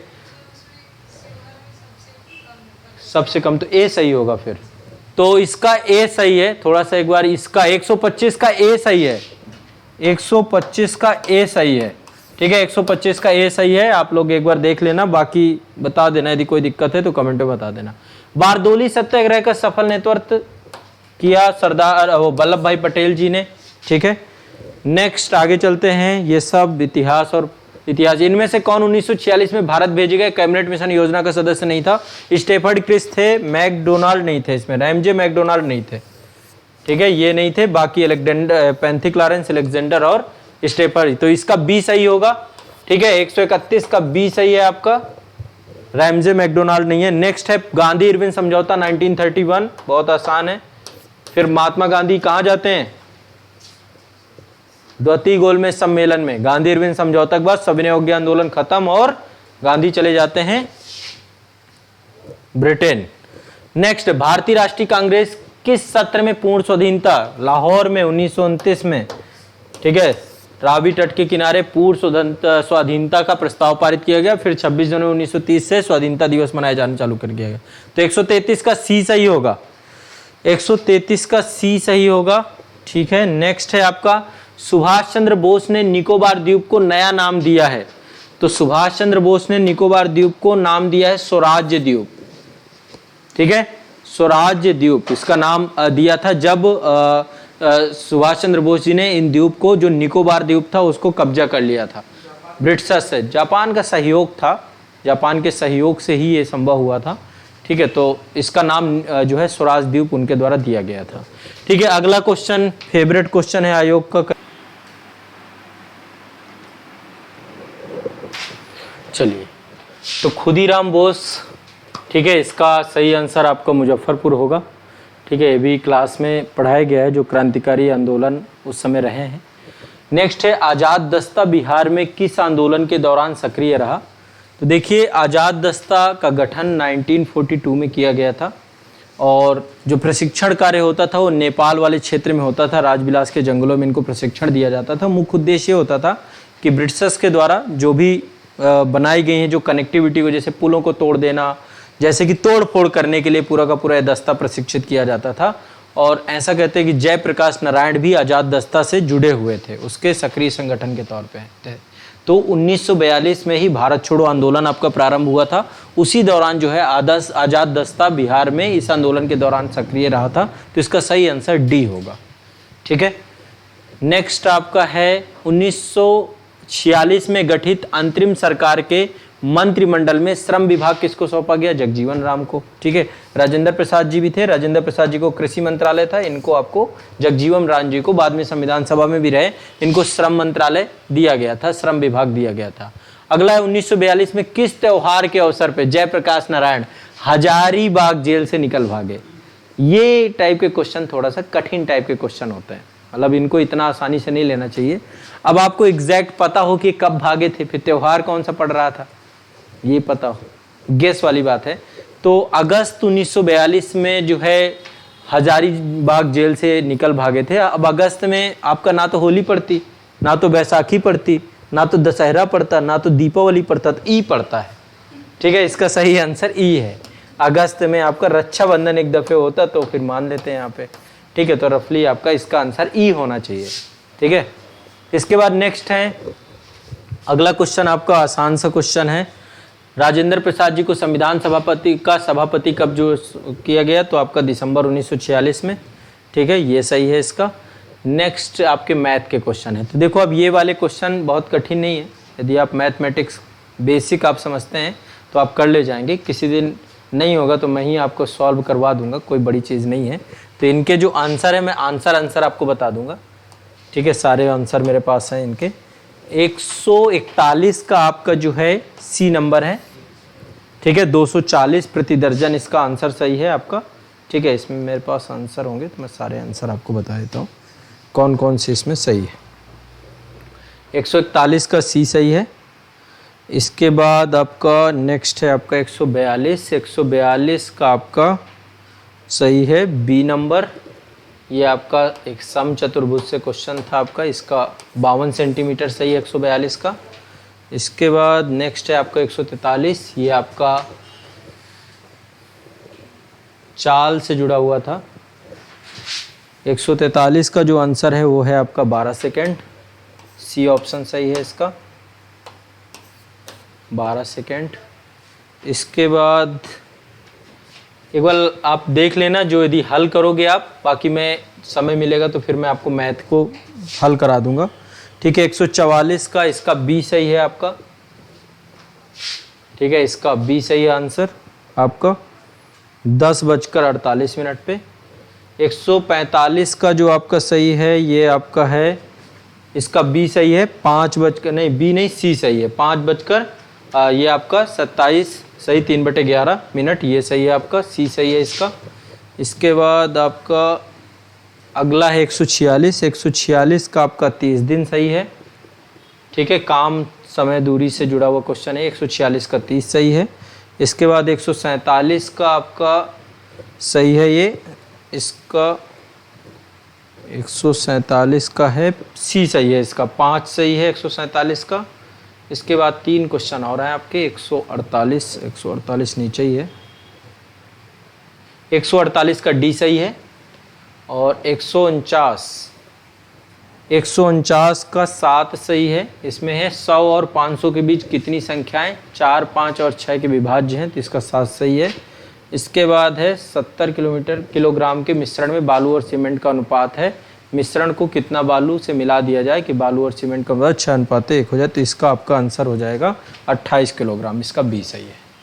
ठीक है, तो देखा जाए तो मैथ के क्वेश्चन बहुत कठिन नहीं थे। मैं इनको समय मिलते ही आपको एक बार कोशिश करूंगा कि आपको हल करा दूं, बट हल कराने से पहले मुझे थोड़ा सा बेसिक भी आपको समझाना पड़ेगा। ठीक है, थोड़ा सा बेसिक बता के फिर ये क्वेश्चन, बड़ी चीज़ नहीं है, सी सेट के क्वेश्चन हैं तो मैथ के हैं, हो जाएंगे। तो ये टोटल 150 क्वेश्चन थे। जीएस देखा जाए तो इस बार ठीक ठाक थी, कट ऑफ अच्छी खासी इसमें जाएगी। ठीक है, कट ऑफ को लेकर के थोड़ा सा जल्दबाजी नहीं करेंगे। मैं टेलीग्राम में बच्चों से एक सर्वे लूँगा, उस सर्वे के बाद जितने लोग जैसे लगभग इस बार 250 से ज़्यादा बच्चे थे जो आपके संस्थान से जुड़े हुए थे, उन्होंने एग्ज़ाम दिया है, तो उसके बाद फिर मैं इसमें करूँगा। जितने बच्चे ऑनलाइन वाले हैं एक बार आप लोग कमेंट करिएगा जो कितने क्वेश्चन आपके सही हैं, इससे भी एक हमें आइडिया लगेगा। और इसके बाद 1-2 दिन के अंदर हम कट ऑफ के बारे में बात करेंगे। कट ऑफ ठीक ठाक ही जाएगी, आप ये मान के चलिए कि कट ऑफ इस बार ऐसा नहीं होगा कि बहुत कम जाएगी। जो कट ऑफ आपकी पिछली बार 108 के आसपास कट ऑफ थी, तो आप कम से कम इतना तो मान के चलिए। यदि आप 110 से ज़्यादा आपके सही हैं जनरल कैटेगरी वाले बच्चों के, और जो फीमेल है जनरल कैटेगरी से यदि 100 के आसपास सही हैं, तो सेफ जोन में आप अपने आप को मान सकते हैं कि आप सेफ हैं। बाकी ओवरऑल कट ऑफ को लेकर के थोड़ा सा हम समय लेंगे, इसके बाद में कट ऑफ आपको बताऊंगा। तो ये आपका बीपीएससी का प्रश्न पत्र था जो आया था, और एक बार कमेंट में आप सभी की अब जिम्मेदारी है कि आप लोग सारी चीज़ें बताएं। अब देखो, इनमें से जितनी चीज़ें हमने देखी हैं, पूरी हिस्ट्री आप कर सकते थे, सिंपल था। पूरी पॉलिटी आप कर सकते थे। साइंस के क्वेश्चन यदि आपने साइंस पढ़ रखा है तो आप आसानी से कर सकते थे। जनरली क्वेश्चन आए थे, एप्लीकेशन सेक्शन से आए थे। 2-3 क्वेश्चनों को छोड़ दें तो बाकी के क्वेश्चन किए जा सकते थे। और आप अकेले नहीं हो, करंट अफेयर्स भी देखेंगे तो करंट अफेयर्स भी बहुत ज़्यादा सामान्य ही करंट अफेयर्स पूछा गया था, जो चर्चा पर चर्चा में बहुत हाईलाइटेड चीज़ें। 1-2-3 क्वेश्चन छोड़ दीजिए तो 34 क्वेश्चन में से 30 क्वेश्चन आप कर सकते हैं आसानी से। ठीक है, तो प्रश्न पत्र और लगभग सारी चीज़ें आप उसी डायरेक्शन में चल रहे हैं। बस ये है कि जो भी है आपको पढ़ना है। थोड़ा सा देखो मेंस ओरिएंटेड रहना, क्योंकि पीटी तो निकल जाएगा बहुत आसानी से। मेंस में थोड़ा सा आपका लिखने का ज़्यादा होता है। बीपीएससी में एक क्वेश्चन आपके 500-500 शब्दों में लिखना होता है बीपीएससी के मेंस में। वैसे बहुत ज़्यादा है नहीं, 2 ही पेपर आते हैं, है ना, और क्वेश्चन भी बहुत ज़्यादा नहीं आते उसमें। बट ये है कि उनको लिखना बहुत ज़्यादा होता है। एक समझ लो कि एसे की तरह है, 500 शब्द में कि एसे लिखना है आपको। बट वो बहुत ईजी होता है, फैक्चुअल टाइप के क्वेश्चन आते हैं, तो आपको रटा होगा तो आप लिख के चले आओगे। वहाँ पे भी बहुत ज़्यादा विश्लेषणात्मक वैसे क्वेश्चनों की संख्या बहुत ज़्यादा नहीं होती मेंस में भी। बट फिर भी ये है कि एक अच्छा कंपटीशन है। कोई भी कंपटीशन में आप बैठते हो, पेपर आसान आता है, पेपर कठिन आता है, जैसा भी आता है, वहाँ पे उसका एक सम्मान होता है, क्योंकि वहाँ पे कट ऑफ के आधार पे होगा। कोई पासिंग मार्क तो आपको मिलने नहीं है। इसमें भी बाहर होने ही होने बच्चे हैं, ठीक है, इसमें भी तो बाहर होंगे ना, उतने जितने आवश्यकता होगी मेंस में उतने गुने लिए जाएंगे, खत्म बात। ठीक है, तो ओवरऑल इसलिए कोई भी कंपटीशन अपने आप में एक महत्व रखता है, आप कभी भी हल्के में उसको नहीं लेंगे। ठीक है, तो अब नेक्स्ट जिनको अगला 68वीं बीपीएससी देना है, आप लोग इस पेपर से समझ सकते हैं। थोड़ा सा बिहार स्पेशल में अदर राज्य के बच्चों को काम करना पड़ेगा, बाकी ओवरऑल सारा कुछ वही है, सेम टू सेम है। वही इतिहास है जो पढ़ रहे हो, वही करंट अफेयर्स है, वही विज्ञान है, स्तर फैक्चुअल है पूरा का पूरा। थोड़ा सा जैसे आप यही देखें, यूपीएससी का लेवल बिल्कुल अलग है, बहुत अंतर है बीपीएससी और यूपीएससी में। सी सेट यही है, 10 क्वेश्चन मैथ के आते हैं बस, और नहीं आते। ठीक है, तो बीपीएससी एक विकल्प के तौर पे अदर स्टेट के बच्चे रखते भी हैं बहुत बड़ी संख्या में, बाकी बिहार वाले तो बिल्कुल देते ही है ना। राष्ट्रीय एग्ज़ाम है बिहार का, राज्य स्तरीय एग्ज़ाम है, राष्ट्रीय एग्ज़ाम यूपीएससी है, सबका है, हम सबके नेशनल हॉबी बोलते हैं यूपीएससी को। ठीक है, तो चलिए इसके साथ ही मैं सेशन समाप्त करूंगा। आप लोग एक बार कमेंट में अपने सभी लोग मार्क्स बताइएगा कैसा रहा आपका, और पेपर के स्तर के बारे में बताइएगा। इनमें से कुछ क्वेश्चन डिस्प्यूट हो सकते हैं निश्चित तौर पे, 2-4 क्वेश्चन आयोग किसी का ई देगा, किसी का दूसरा भी हो सकता है, इतना कम से कम वेरिएशन रहता है। और 2-3 जो है आप थोड़ा सा गूगल से भी देख सकते हैं, जो चीज़ें मैंने बताई हैं गूगल में आप 1-2 बार देख लेंगे तो एटलीस्ट कन्फ्यूज़न आपका क्लियर हो जाएगा। लगभग मैंने आपको जो भी हो सकता था सबसे प्रामाणिक तौर पे ही मैंने बताने का प्रयास किया है। ठीक है, तो कमेंट में एक बार कोई भी आपत्ति होती है तो भी बता सकते हैं, कुछ सुधार होंगे तो मैं कमेंट पे सारे डाल के पिन कर दूंगा आपके जो भी सुधार होंगे। यदि किसी क्वेश्चन को लेकर के मैं अभी देखूंगा अगेन इसको पेपर को, फिर कोई भी दिक्कत आती है तो फिर आपसे डिस्कस करूंगा। ठीक है, चलिए।